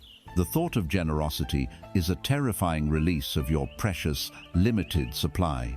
But what is the nature of a dam? By its very design, it cuts itself off from the mighty living river. The water, in a stagnant reservoir grows stale. It breeds algae, it evaporates under the heat of your constant worry. The dam consciousness is a closed system, born of fear, defined by hoarding, and ultimately leading to stagnation and energetic death. We must now demolish this dam within our minds and embrace our true nature. You are not meant to be a stagnant reservoir. You are designed to be a great, open conduit, a riverbed, a magnificent channel through which the infinite ocean of universal abundance can flow. The security of the riverbed does not come from how much water it is holding at any given moment. A riverbed can be nearly empty one moment and overflowing the next. Its security is absolute because it comes from its unwavering connection to the inexhaustible source. Its function is not to hoard, but to circulate. Its entire purpose is to joyfully receive from the source and generously give to the sea. The more freely it allows the energy to flow out, the more it widens its own capacity to receive even more from the flow coming in. It is an open, dynamic, and eternally abundant system. This single shift in perspective from accumulation to circulation changes everything. Wealth is not what you have. Wealth is what flows through you. A truly wealthy person is not a hoarder of money. They are a powerful and gracious conductor of universal energy. Money is simply one of the physical symbols of this energy. To focus on accumulating the symbols is to miss the point entirely. Your work is to increase your capacity to circulate value. The more value that flows from you in the form of your talents, your love, your service, your creative ideas, the more energy in the form of money and opportunities must, by law, flow to you.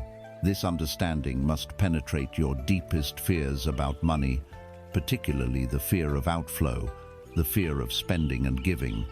This fear is the bedrock of the dam consciousness. Every time you pay a bill with a knot in your stomach, you are affirming your belief in limitation. You are vibrationally screaming, "My supply is finite. I am losing something I can't replace." This fear constricts your channel. It is a prayer for less flow. The master of the flow consciousness transforms this moment. When you pay a bill, you do not see it as a loss. You see it as a joyful participation in the circulation of universal energy. You consciously bless the money as it leaves your hands. Hold the check or the credit card and say, "I release you with joy and gratitude. Thank you for the value I have received. Go out and bless every life you touch, and return to me multiplied 1,000-fold." This act transforms a moment of potential fear into a powerful affirmation of abundance. It declares to the universe, "I am not a stagnant pond. I am a mighty river. I trust the source. There is always more." This leads to the most powerful practice for demolishing the dam of scarcity, radical generosity, the ancient principle of tithing giving, away 1/10 of your income with no expectation of return is madness to the reservoir mindset. But to the conduit mindset, it is the highest spiritual wisdom. When you give freely, joyfully, and without strings attached, you are making the most profound declaration of faith possible. You are stating, with your actions, that you believe in an infinite source. You are proving that your security does not lie in the water you are holding, but in your connection to the river. This act of releasing a portion of your flow without fear is what widens your channel faster than anything else. It breaks the back of the ego's fear of lack. The universe feels this profound trust and must respond by sending an even greater flow through your newly expanded channel to honor your faith. Being an open conduit means being open to both the outflow and the inflow. Many people are surprisingly poor receivers. When someone pays them a compliment, they deflect it. When a friend offers to buy them lunch, they feel obligated and uncomfortable. This is another form of constriction. It is refusing to allow the river to flow to you. To be a gracious receiver is just as important as being a gracious giver. When the universe sends a gift, be it a compliment, a small sum of money, or a helping hand, Your only job is to receive it with a wide open heart and a simple, genuine thank you. This acknowledges the gift and keeps the energy of circulation moving. True financial security, then, is not a number. It is a feeling. It is the deep cellular knowing that you are the riverbed, not the dam.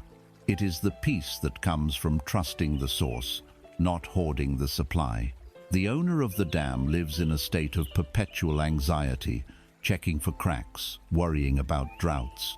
The riverbed rests in a state of dynamic trust, knowing that even if it runs low, the rains will come, the snows will melt, and the great river will always, always flow again. Its peace is not static. It is fluid, alive, and powerful. Stop counting the drops of water in your bucket. It is an exhausting and pointless task. Turn your attention instead to the river. Feel its immense, constant, life-giving current. Embrace your true identity as a channel for this current. Find joy in the circulation. Bless the energy as it comes to you, and bless it as it flows from you to bless others. Your net worth is not a number on a statement. Your true net worth is your capacity to conduct the energy of creation. When you truly understand this, you will stop chasing a static destination, and you will finally begin to enjoy the magnificent, powerful, and ever-abundant dance of the flow. We have redefined our goal. Wealth is not a static destination to be hoarded, but a dynamic, living current of universal energy. We are not to be a dam, but a great and open riverbed, allowing this current to flow through us. But what is this channel? Where does this flow actually take place? It takes place in the most immediate, tangible, and often overlooked component of your creative power, your physical body. For too long, we have treated the body as a mere vehicle for the mind, a beast of burden that carries our consciousness around. This is a profound error. Your body is not a taxi for your brain. It is the resonant chamber of your soul. It is the very instrument that amplifies your inner state into a broadcast that the universe must answer. To ignore the body is to try and play a symphony on a broken violin. Imagine a world-renowned violinist. He is given a new composition, a musical score of breathtaking beauty. This score represents your new beliefs, your desires, the script of abundance you have written in your mind. The strings on his violin are perfectly tuned. These are your focused thoughts and intentions. But the wooden body of the violin itself, the resonant chamber, is cracked, brittle, and constricted by bands of tension. Now, the violinist begins to play. He draws his bow across the perfectly tuned strings, playing the perfect notes. But what sound emerges? Not a rich, warm, expansive symphony. A thin, scratchy, tinny noise. A sound that is weak and full of anxiety.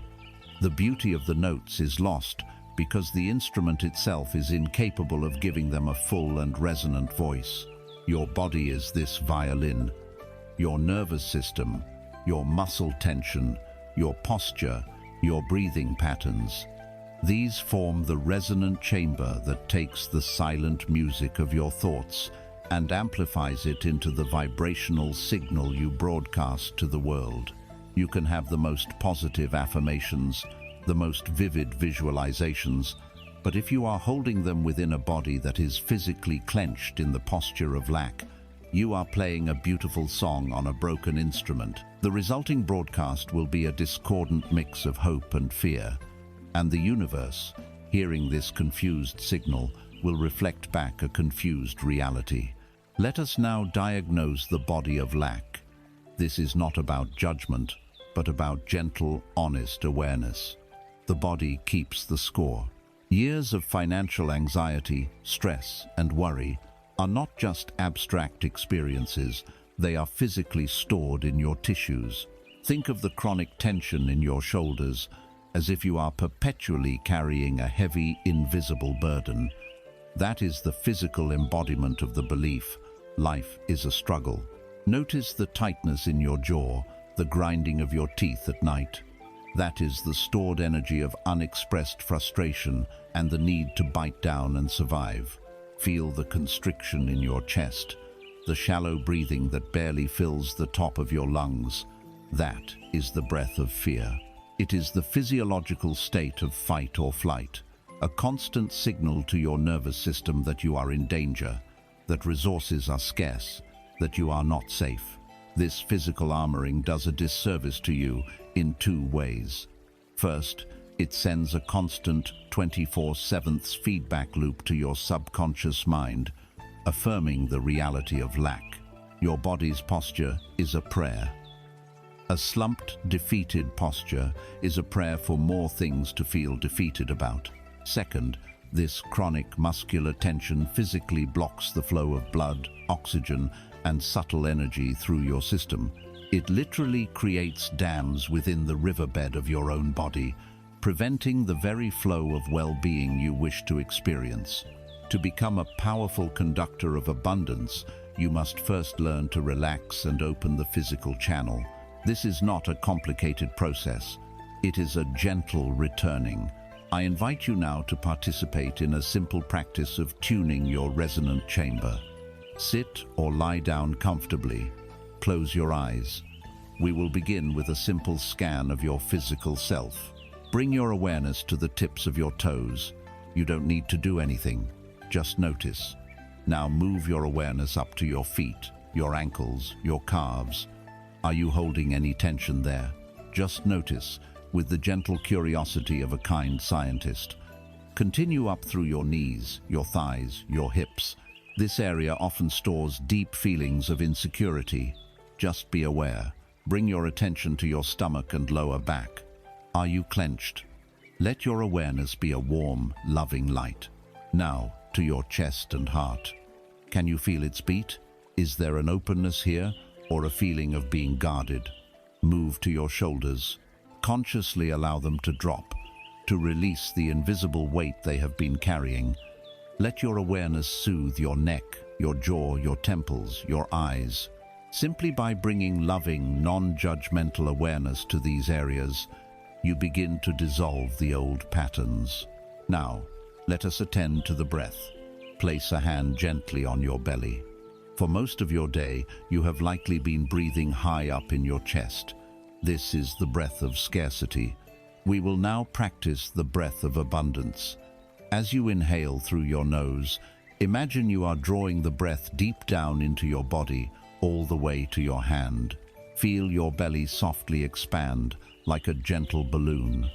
This is diaphragmatic breathing, the body's natural state of relaxation. As you exhale, feel your belly soften.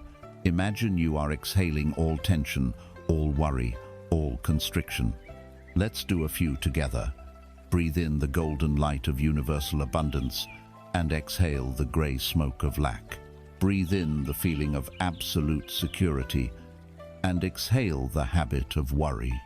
With each breath, you are telling every cell in your body, I am safe, I am supported, all is well. Finally, we will assume the posture of wealth. Ask yourself this question: how would a person who has no financial concerns in the world carry themselves? How would they stand? How would they sit? They would not be slumped in defeat. They would not be clenched in anxiety. Their posture would be open, relaxed, and confident. Now, I invite you to physically embody that. Wherever you are, gently roll your shoulders back. Allow your chest to open. Let your head feel as if it is being lifted lightly towards the sky by a golden thread. Feel your spine lengthen. Take a deep abdominal breath in this new posture. Feel the immediate shift in your emotional state. This is not faking it. This is choosing your physical alignment. This posture is a declaration. It tells the universe, I am open and ready to receive. Practice this throughout your day. When you walk from your car to your office, walk as the wealthy, successful version of you. Walk with an easy grace, a sense of purpose, a calm confidence. Let your body lead the way. Your physiology can change your psychology. Your posture can change your perspective. Your body is a universe of trillions of intelligent cells, and they are all listening to the conversation in your head. When you are in a state of stress, you are flooding them with cortisol. When you are in a state of joy and gratitude, you are bathing them in the life-affirming chemistry of endorphins and oxytocin. Speak to your body as a beloved partner. Thank it. Imagine sending a wave of love and appreciation to every cell. Imagine them lighting up with the golden light of abundance. This is not just a mental exercise. It is a profound biological shift. You are a unified system. Your mind, body, and spirit are not separate. They are one instrument. By consciously tuning your physical body, by releasing its armor of tension, by deepening its breath, by aligning its posture, you are doing more than just feeling better. You are fundamentally transforming the quality of your resonant broadcast. You are taking the thin, scratchy sound of lack and turning it into the magnificent, rich, and deeply resonant symphony of abundance. You are becoming an instrument that is perfectly tuned to receive and to play the beautiful music of a wealthy life. We have tuned the physical instrument. You have learned to release the armor of tension, to breathe the breath of abundance, to hold the posture of your wealthy self. The resonant chamber of your body is now primed to play a new and beautiful song. But as you relax the muscles, as you quiet the mind, you may find that something else begins to surface. Stored deep within the tissues and the energy field are the ghosts of the past, the lingering sting of betrayal, the heavy cloak of regret, the bitter poison of resentment. These are not simply memories, they are active, energetic debts. They are great heavy anchors cast into the muddy seabed of your past, and their chains are wrapped around your soul, preventing you from sailing forward into the bright ocean of your future. Before we can truly catch the winds of inspired action, we must perform the sacred and liberating act of cutting these ropes. We must forgive the debts of the past. Imagine you are behind the wheel of a powerful car. This car is your life, your consciousness. The destination, far on the horizon, is the city of gold, your life of effortless abundance. The road ahead is open, wide, and full of infinite possibilities. The car has a rear-view mirror. It is small, and its purpose is to provide brief, informational glances at what is behind you, so you can navigate the road ahead safely. Now, imagine a driver who is obsessed with the rear-view mirror. He is not glancing at it, he is staring into it. He is consumed by the road he has already traveled. He endlessly replays the wrong turn he took 3 miles back. He seethes with anger at the memory of a car that cut him off. He is trying to drive forward at 60 miles an hour while looking exclusively backward. What is the inevitable result of this madness? A crash. He will swerve off the road, he will miss the beautiful exit that led directly to his destination, or he will plow into an obstacle that he never saw coming. This is the state of a person who lives with unforgiveness. You cannot move forward into a new reality while your primary emotional focus is anchored in the past. To hold on to regret and resentment is to drive your life with your eyes locked on the rearview mirror. Forgiveness is the simple, powerful act of turning your head to face forward again. These energetic debts that hold you back come in 2 primary forms. The first is the debt you believe you owe to yourself, which manifests as regret and shame. Perhaps you made a bad investment. Perhaps you started a business that failed. Perhaps you trusted the wrong person or squandered an opportunity. You have played this movie of failure in your mind 1,000 times, each time feeling the familiar, sickening lurch of shame. Each time you do this, you are performing a powerful ritual of self-sabotage. You are reactivating the painful vibration of failure in your present moment. You are telling your subconscious mind, "See, I am a person who fails. I am someone who makes poor decisions. This is my identity." And your loyal subconscious mind simply says, "Command received," and proceeds to arrange circumstances that will allow you to fail again, to prove your deeply held belief about yourself correct. This self-flagellation is the very thing that keeps the doors of your prison locked from the inside. The second type of debt is the one you believe others owe you, which manifests as resentment and bitterness. This is the anger you hold towards the business partner who cheated you, the family member who never repaid a loan, the company that downsized you, or the parent who taught you that you weren't good enough. You clutch this resentment to your chest like a precious stone, believing that your anger is somehow punishing them. But this is a profound illusion. To hold on to resentment is like drinking a cup of poison and waiting for the other person to die. The only person being harmed is you. Your bitterness, your anger, your sense of injustice, these are low-frequency vibrations that you are holding in your own resonant chamber. You are the one broadcasting this toxic signal, and the universe, the great mirror, simply matches your broadcast. It sends you more people to resent, more circumstances that feel unjust, more reasons to feel like a victim. The person you are refusing to forgive may be living their life without a care in the world, while you are poisoning your own reality with the energy of your attachment to them. We must redefine forgiveness. It is not a weak or pious act of letting someone off the hook.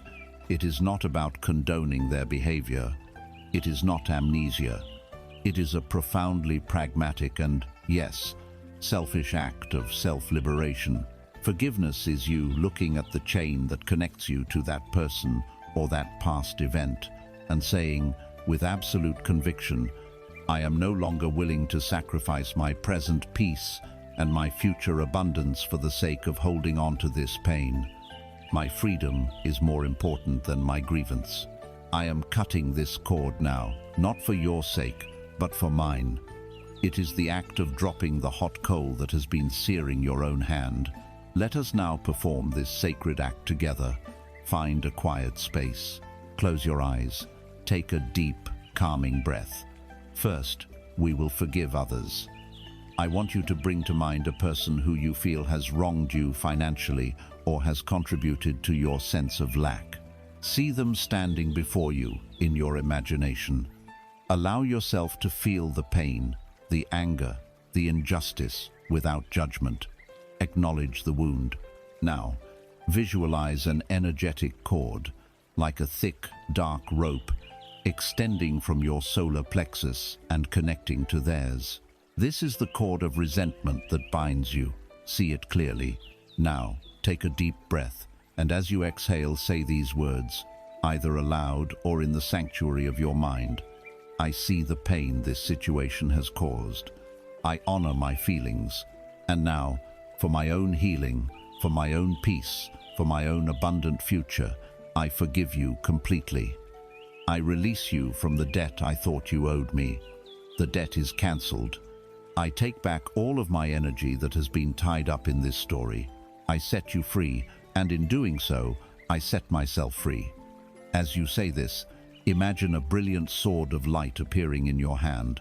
With strength and conviction, see yourself severing that dark cord. Watch as the cord dissolves into light, and the image of the other person gently fades away. Breathe deeply into the new, open space you have created within yourself. Now, for the second and often harder part, forgiving yourself.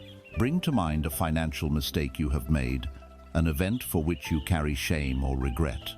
Feel the emotion that comes with it. Now, in your mind's eye, visualize the version of you who made that decision. See that younger self. See them not as foolish or stupid, but with compassion. See the fear they were likely in. See the lack of knowledge or awareness they had at the time. See that they were truly doing the best they could with the resources they possessed. Extend your heart to this younger self, and now say to them, I see you. I see your struggle. I know you were doing the best you could. You have carried this burden of shame for far too long. Today, it ends. I forgive you, unconditionally, completely. The debt is paid. You are released from my judgment forever. Now, visualize yourself stepping forward and embracing this younger version of you, merging them back into your heart with love and acceptance. You are whole again. By doing this, you have finally taken your eyes off the rear-view mirror. You have released the ghosts that were riding in your passenger seat. The heavy anchors of the past have been cut, and you can feel your vessel, your life, becoming lighter, more buoyant. Your hands are now steady on the wheel of the present moment, and your gaze is fixed on the brilliant, open road of your abundant future. You are no longer driving with the brakes on. You are free to accelerate. You have cut the heavy anchors of the past. The chains of regret and resentment have fallen away, and your vessel is now light, buoyant, and ready to sail. Your eyes are fixed on the open road of the present moment. But on this road, you will encounter what appears to be detours, roadblocks, and storms.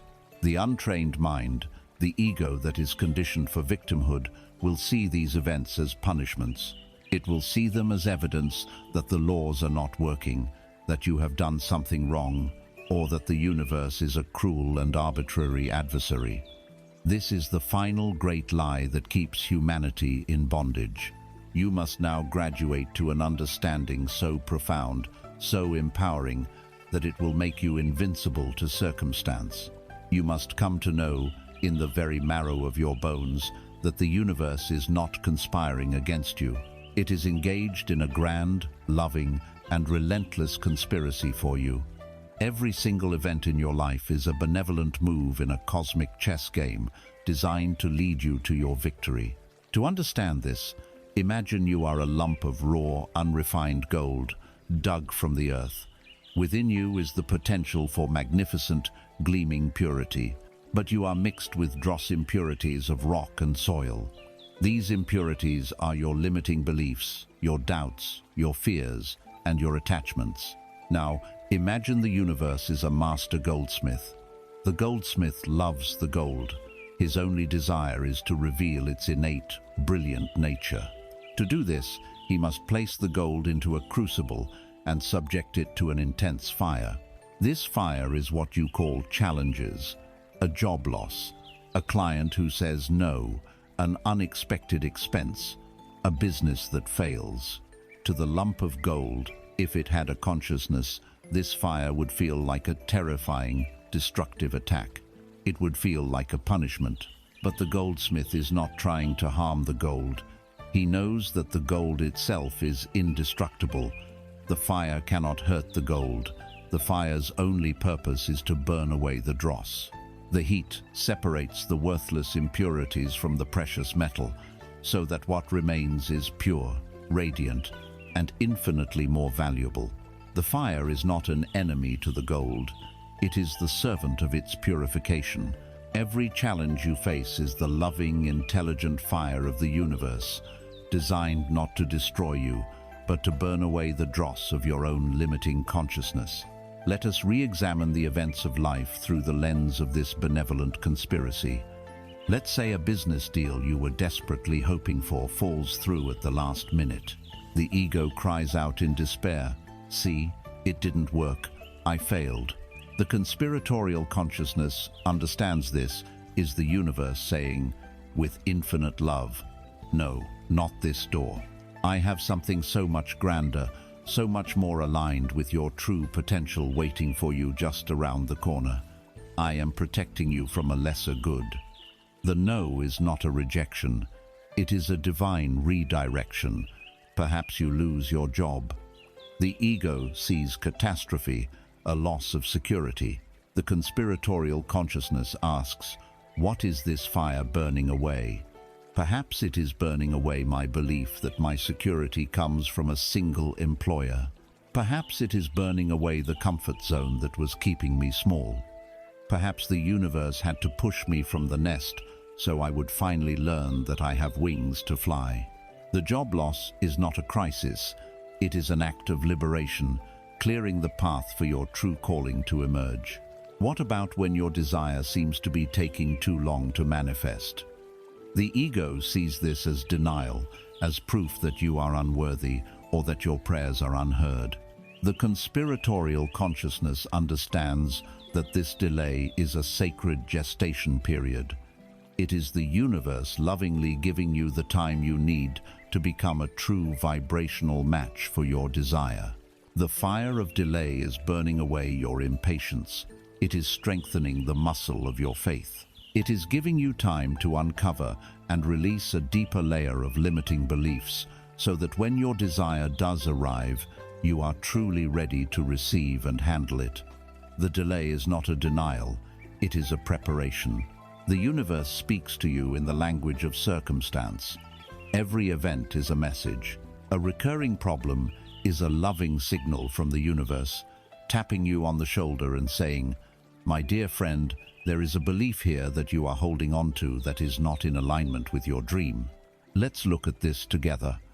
A synchronicity, hearing the same name 3 times, seeing a meaningful sequence of numbers, sees the universe winking at you, whispering, "Yes, keep going. You're on the right track. I'm with you." Your so-called failures are not verdicts. They are feedback. They are course corrections from a GPS system that can see the entire map, while you can only see the next corner. Your work is to cultivate an unshakable trust in this process. When a challenge arises, you must train your mind to immediately abandon the victimizing question, "Why is this happening to me?" and replace it with the empowering, curious question of the co-conspirator. "Why is this happening for me?" Ask yourself, what is the gift in this situation? What belief is this fire burning away? What greater strength is this challenge forging within me? What am I being prepared for? This single shift in questioning changes you from a passive pawn into an active and engaged partner with the divine. To strengthen this muscle of trust, look back upon your own life. Can you find evidence of this conspiracy in your past? Can you identify an event that felt like a tragedy at the time, but which, in retrospect, you can now see was a necessary blessing? The painful breakup that cleared the way for you to meet your true partner. The job you didn't get that forced you to start the company that brought you so much more joy. The illness that taught you to finally cherish your body. Your life is already filled with proof of this benevolent conspiracy. By acknowledging it in your past, you build the faith to trust it in your present. When a challenge appears, adopt this mantra. Say it out loud. Feel it. This is for me. This is happening for my highest good. The universe is conspiring for my success. Repeat it until the fear in your body subsides and is replaced by a sense of curious anticipation. What gift is about to be unwrapped? You are the precious, indestructible gold. The fire of life cannot harm your essential nature. It can only purify you. It can only make you more of who you truly are. The universe is not your adversary. It is your most devoted and powerful ally. It is endlessly arranging and rearranging itself to deliver to you the manifestation of your own consciousness.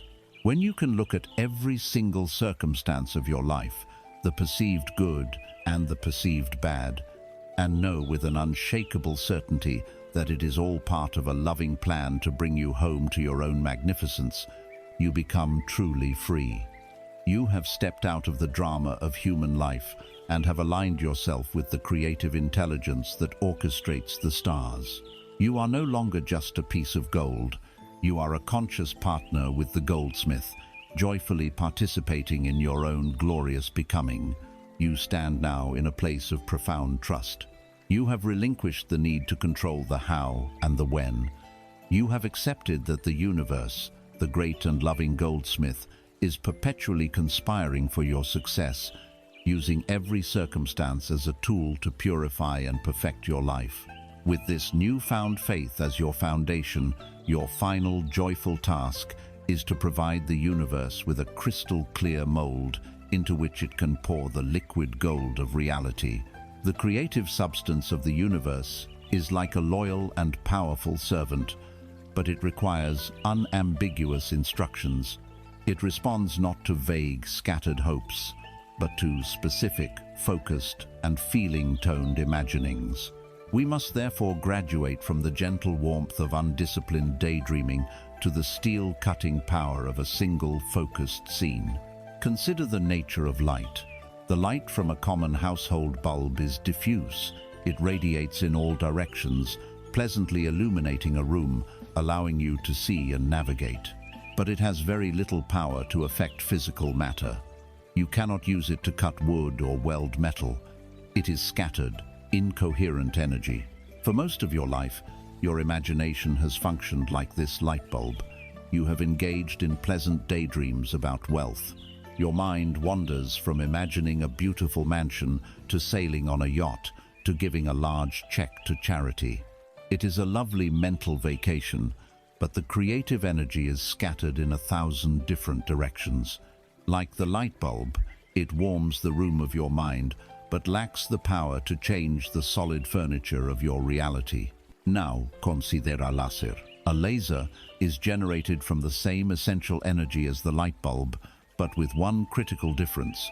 It is coherent, disciplined, and focused to a single, powerful point. This focused beam of light can cut through steel. It can perform delicate surgery. It can send information across the globe. It is a force that reshapes the physical world. Your imagination, when disciplined and focused into a short, recurring, emotionally charged scene, ceases to be a light bulb and becomes a laser. It acquires the power to cut through the illusion of your current reality and engrave a new, permanent pattern onto the very fabric of being. This focused scene, this imaginal laser, is the primary tool for impressing the subconscious mind. But for it to be effective, it must be constructed with precision and care, according to several fundamental principles. The first and most important principle is this: your scene must imply that your wish has been fulfilled. You do not, as a rule, visualize the money itself. Why? Because visualizing a large sum of money can often trigger feelings of longing and disbelief, the very vibrations you are trying to avoid. Instead, you construct a scene that is a natural consequence, a logical result of already having the wealth you desire. You want to create a scene that forces your subconscious mind to conclude, "Oh, for this to be happening, I must already be wealthy." For example, instead of visualizing a literal pile of cash, you could visualize a trusted friend or family member shaking your hand, their face beaming with joy, as they say to you, "I just can't get over how wonderfully things have turned out for you."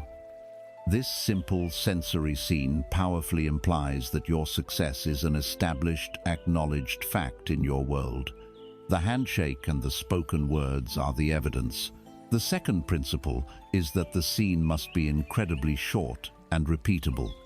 Your imaginal act should be no more than 3 to 5 seconds long. It should be a single, concise action, a handshake, a hug, the feeling of a key in a lock, a glance at a symbol of your success. Why such brevity? Because the primary place you will deploy this laser is in the state akin to sleep, SATS, that drowsy, suggestible state just before slumber. In that state, your conscious control is weak.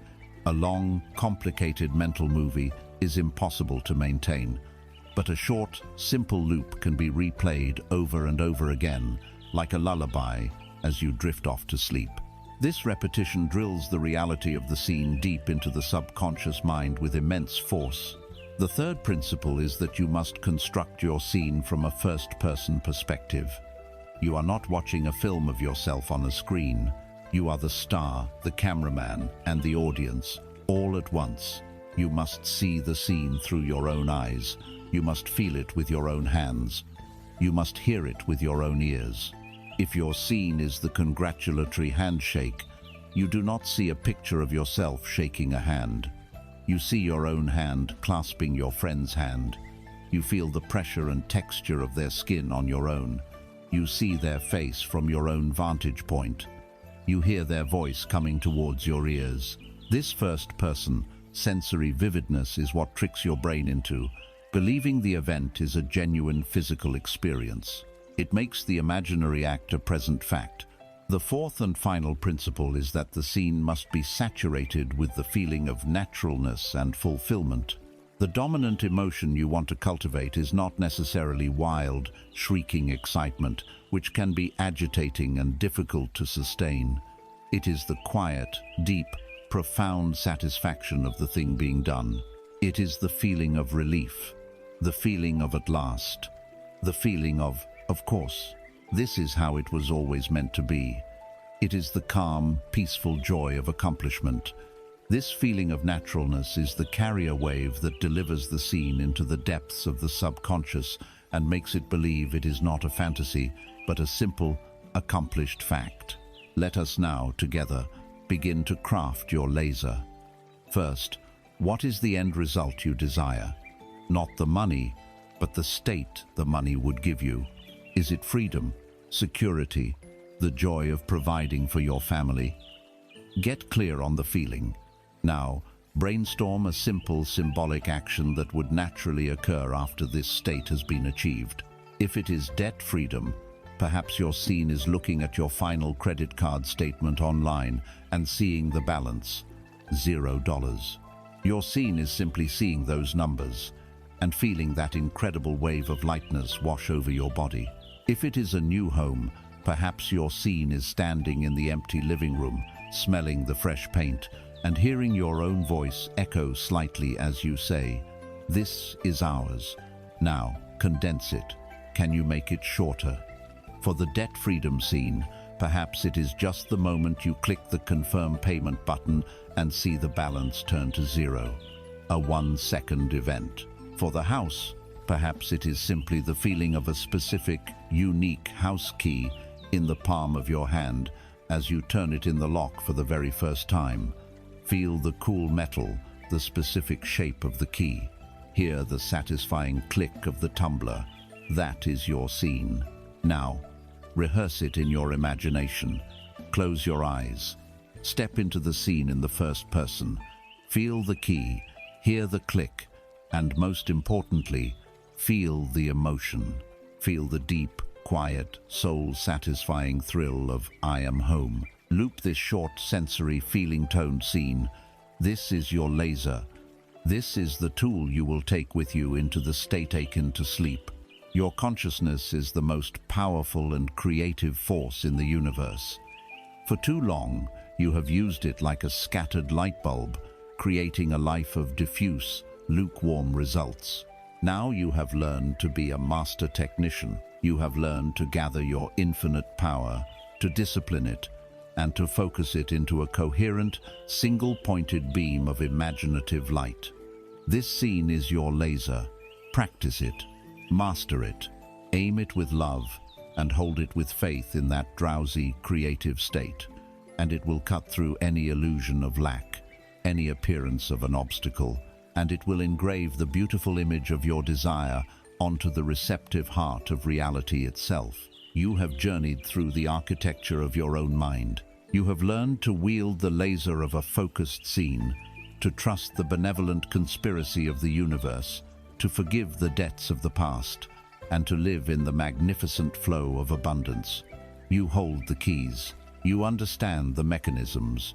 But now we must address the final, foundational truth upon which all of this rests. We must answer the question, who is the one holding the keys?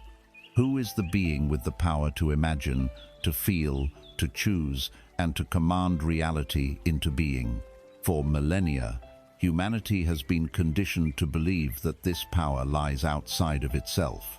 We have prayed to gods in the sky. We have cursed the whims of fate.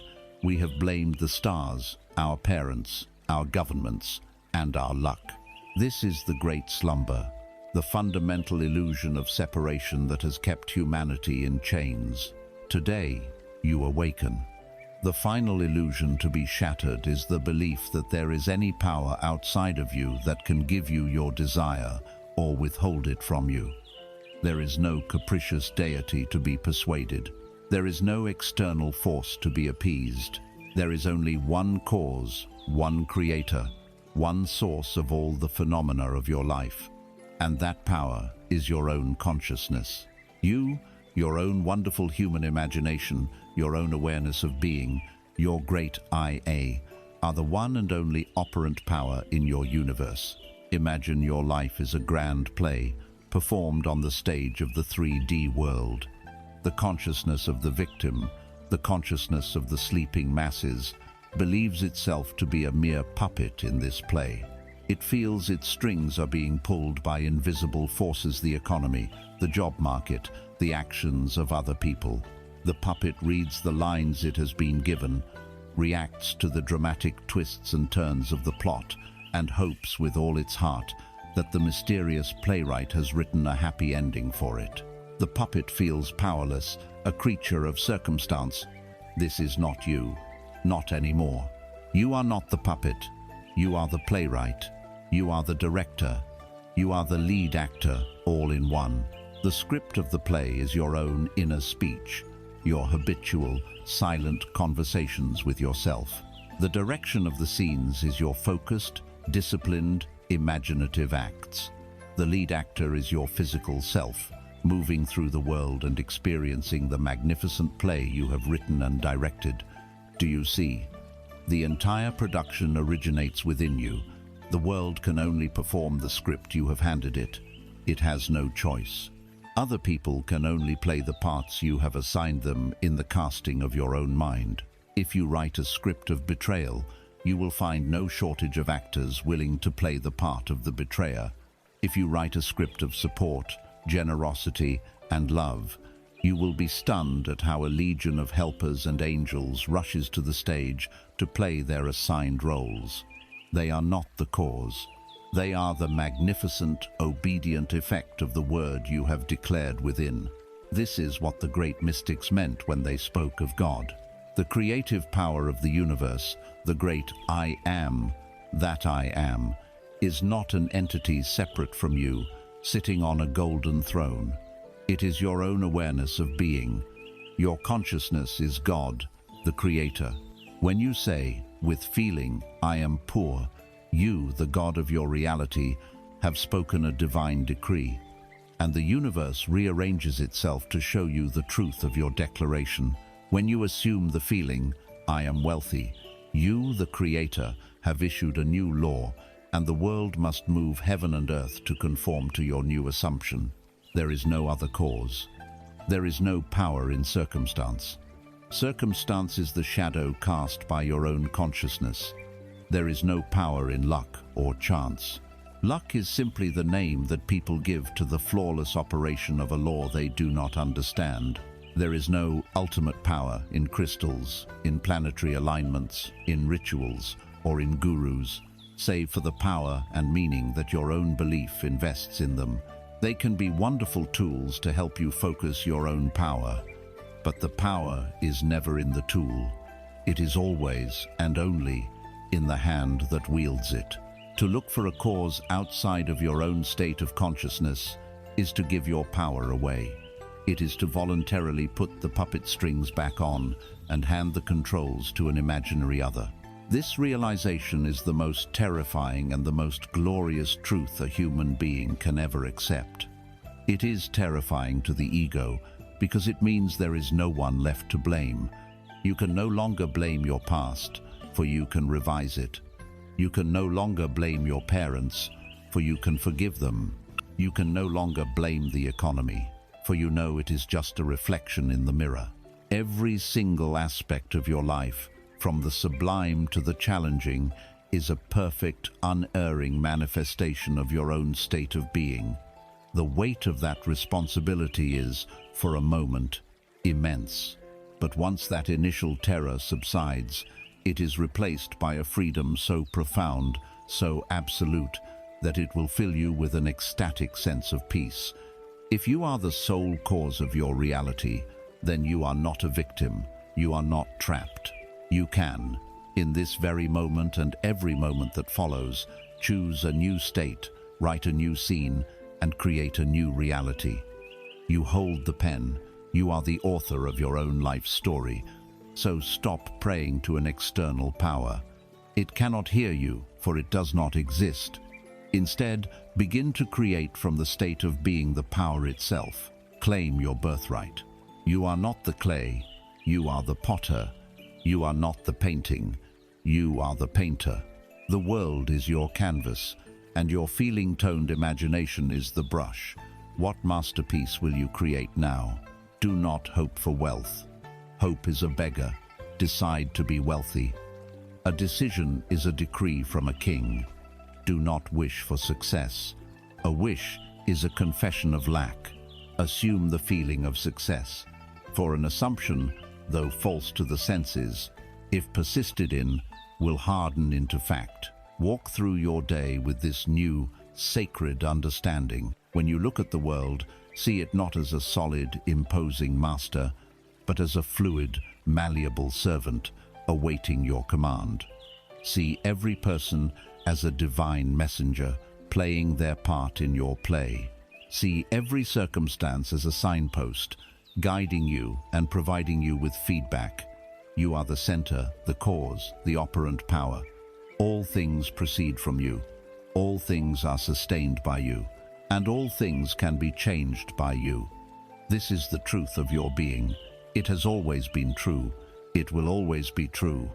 The only change is that now you know it. You are the beginning and the end, the Alpha and the Omega of your own experience. You are the operant power. You have arrived at the summit. You have stood in the throne room of your own mind and have looked upon the face of the Creator, only to find that it is your own. You are the operant power. This is the ultimate truth of your being, the bedrock of reality itself. From this high and holy vantage point, there is only one act left to perform. You must return. You must descend from the mountain of revelation and walk again amongst the marketplaces and highways of the 3D world. But you do not return as the same being who began this journey. You are not the weary seeker, the anxious questioner who first pressed play on this recording. You return now as the king returning to his kingdom. As the sun rising upon the land it is destined to rule. Your journey of seeking is over. Your life of being has just begun. For your entire life, you have lived as though you were in a dark room, and you have been engaged in a futile battle against the darkness. You have tried to shovel it out the window. You have tried to reason with it.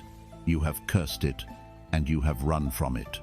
You have spent all of your energy fighting a shadow, and this has left you exhausted. The entire purpose of this journey we have taken together has not been to teach you new techniques for fighting the darkness. It has been to guide you to the light switch that has always been within you. In realizing that you are the operant power, you have flipped that switch. You are now the light. And this changes the entire nature of the game.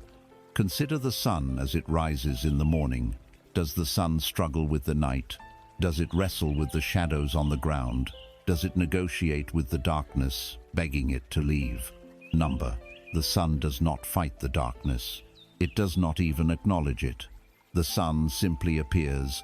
It radiates its own nature, and in the mere presence of its light, the darkness, which has no substance of its own, simply vanishes. It dissolves into nothingness, for it was never truly there. It was only ever the absence of light. Your new consciousness is this sun. Your old reality of lack, worry, and fear is the darkness. Do not return to your world to fight it. Simply return to your world and shine. What does this look like in practical daily terms? It means that your relationship with the very techniques we have discussed will change. The scripting, the focused scenes, the forgiveness meditations, these were the sacred training wheels on your bicycle. They were essential. They helped you to find your balance, to feel the physics of your own power, to realize that you could, in fact, ride. But a master cyclist no longer thinks about the act of balancing. He does not consciously calculate the minute adjustments needed to stay upright. He has practiced for so long that balancing has become his natural default state. It is integrated into his being. So it will be with you. There will come a point, very soon, where you no longer feel the need to consciously do the techniques with disciplined effort, because you will have become the state they were designed to create. You will no longer need to script "I am wealthy," because your natural, habitual inner conversations will already be those of a wealthy person. You will no longer need to meticulously loop your focused scene in sats, because the feeling of your wish fulfilled will have become your dominant state of being, your default emotional home. The training wheels will fall away naturally because you will have learned to fly. Your return to the world is characterized not by frantic creative activity, but by a deep, quiet, unshakable knowing. You are no longer the anxious gardener digging up the seed.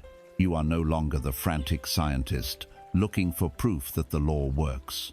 You know it works, just as you know gravity works. You have moved from hope to belief, and finally into faith. Faith is not a desperate wish, it is a state of serene inner knowing. You walk through your day with a calm confidence that what you have decreed in the inner world is an accomplished fact, and you are at peace with the natural time delay that the mirror of 3D reality requires to process the new reflection. When you encounter people and circumstances that still reflect your old reality, a complaining friend, a negative news report, an unexpected bill, you will find that they no longer have the power to trigger you. You have become the king walking through the marketplace. The king may see a beggar, but seeing a beggar does not make him forget that he is a king. He does not suddenly feel poor. He acknowledges the beggar's reality without taking it on as his own. In the same way, you will acknowledge the world's appearances of lack without identifying with them. They cannot penetrate the force field of your new consciousness because you are secure in your true state. Your feeling of abundance is no longer conditional upon outside circumstances. It is your unconditional state of being. Indeed, you will find that the opposite begins to happen. Your very presence, your new, stable, high-frequency vibration will begin to influence the world around you. You become the light that illuminates the room. People will be drawn to your calm confidence. They will want to be around your good energy, though they may not know why. You will find that your quiet faith can soothe another's fear. You uplift your environment simply by being who you now are. You are no longer a seeker of wealth, coming to the world with a begging bowl. You have become a source of wealth, a radiating center of abundance, and the world now comes to you.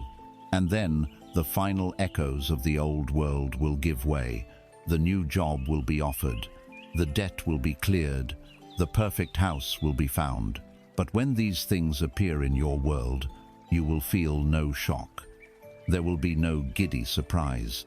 There will only be a quiet, gentle, and deeply satisfying feeling of recognition. Ah, you will think, there it is. Of course, the thrill of the creation was not in the final appearance of the thing. The true joy was in the moment you successfully claimed it in your own consciousness.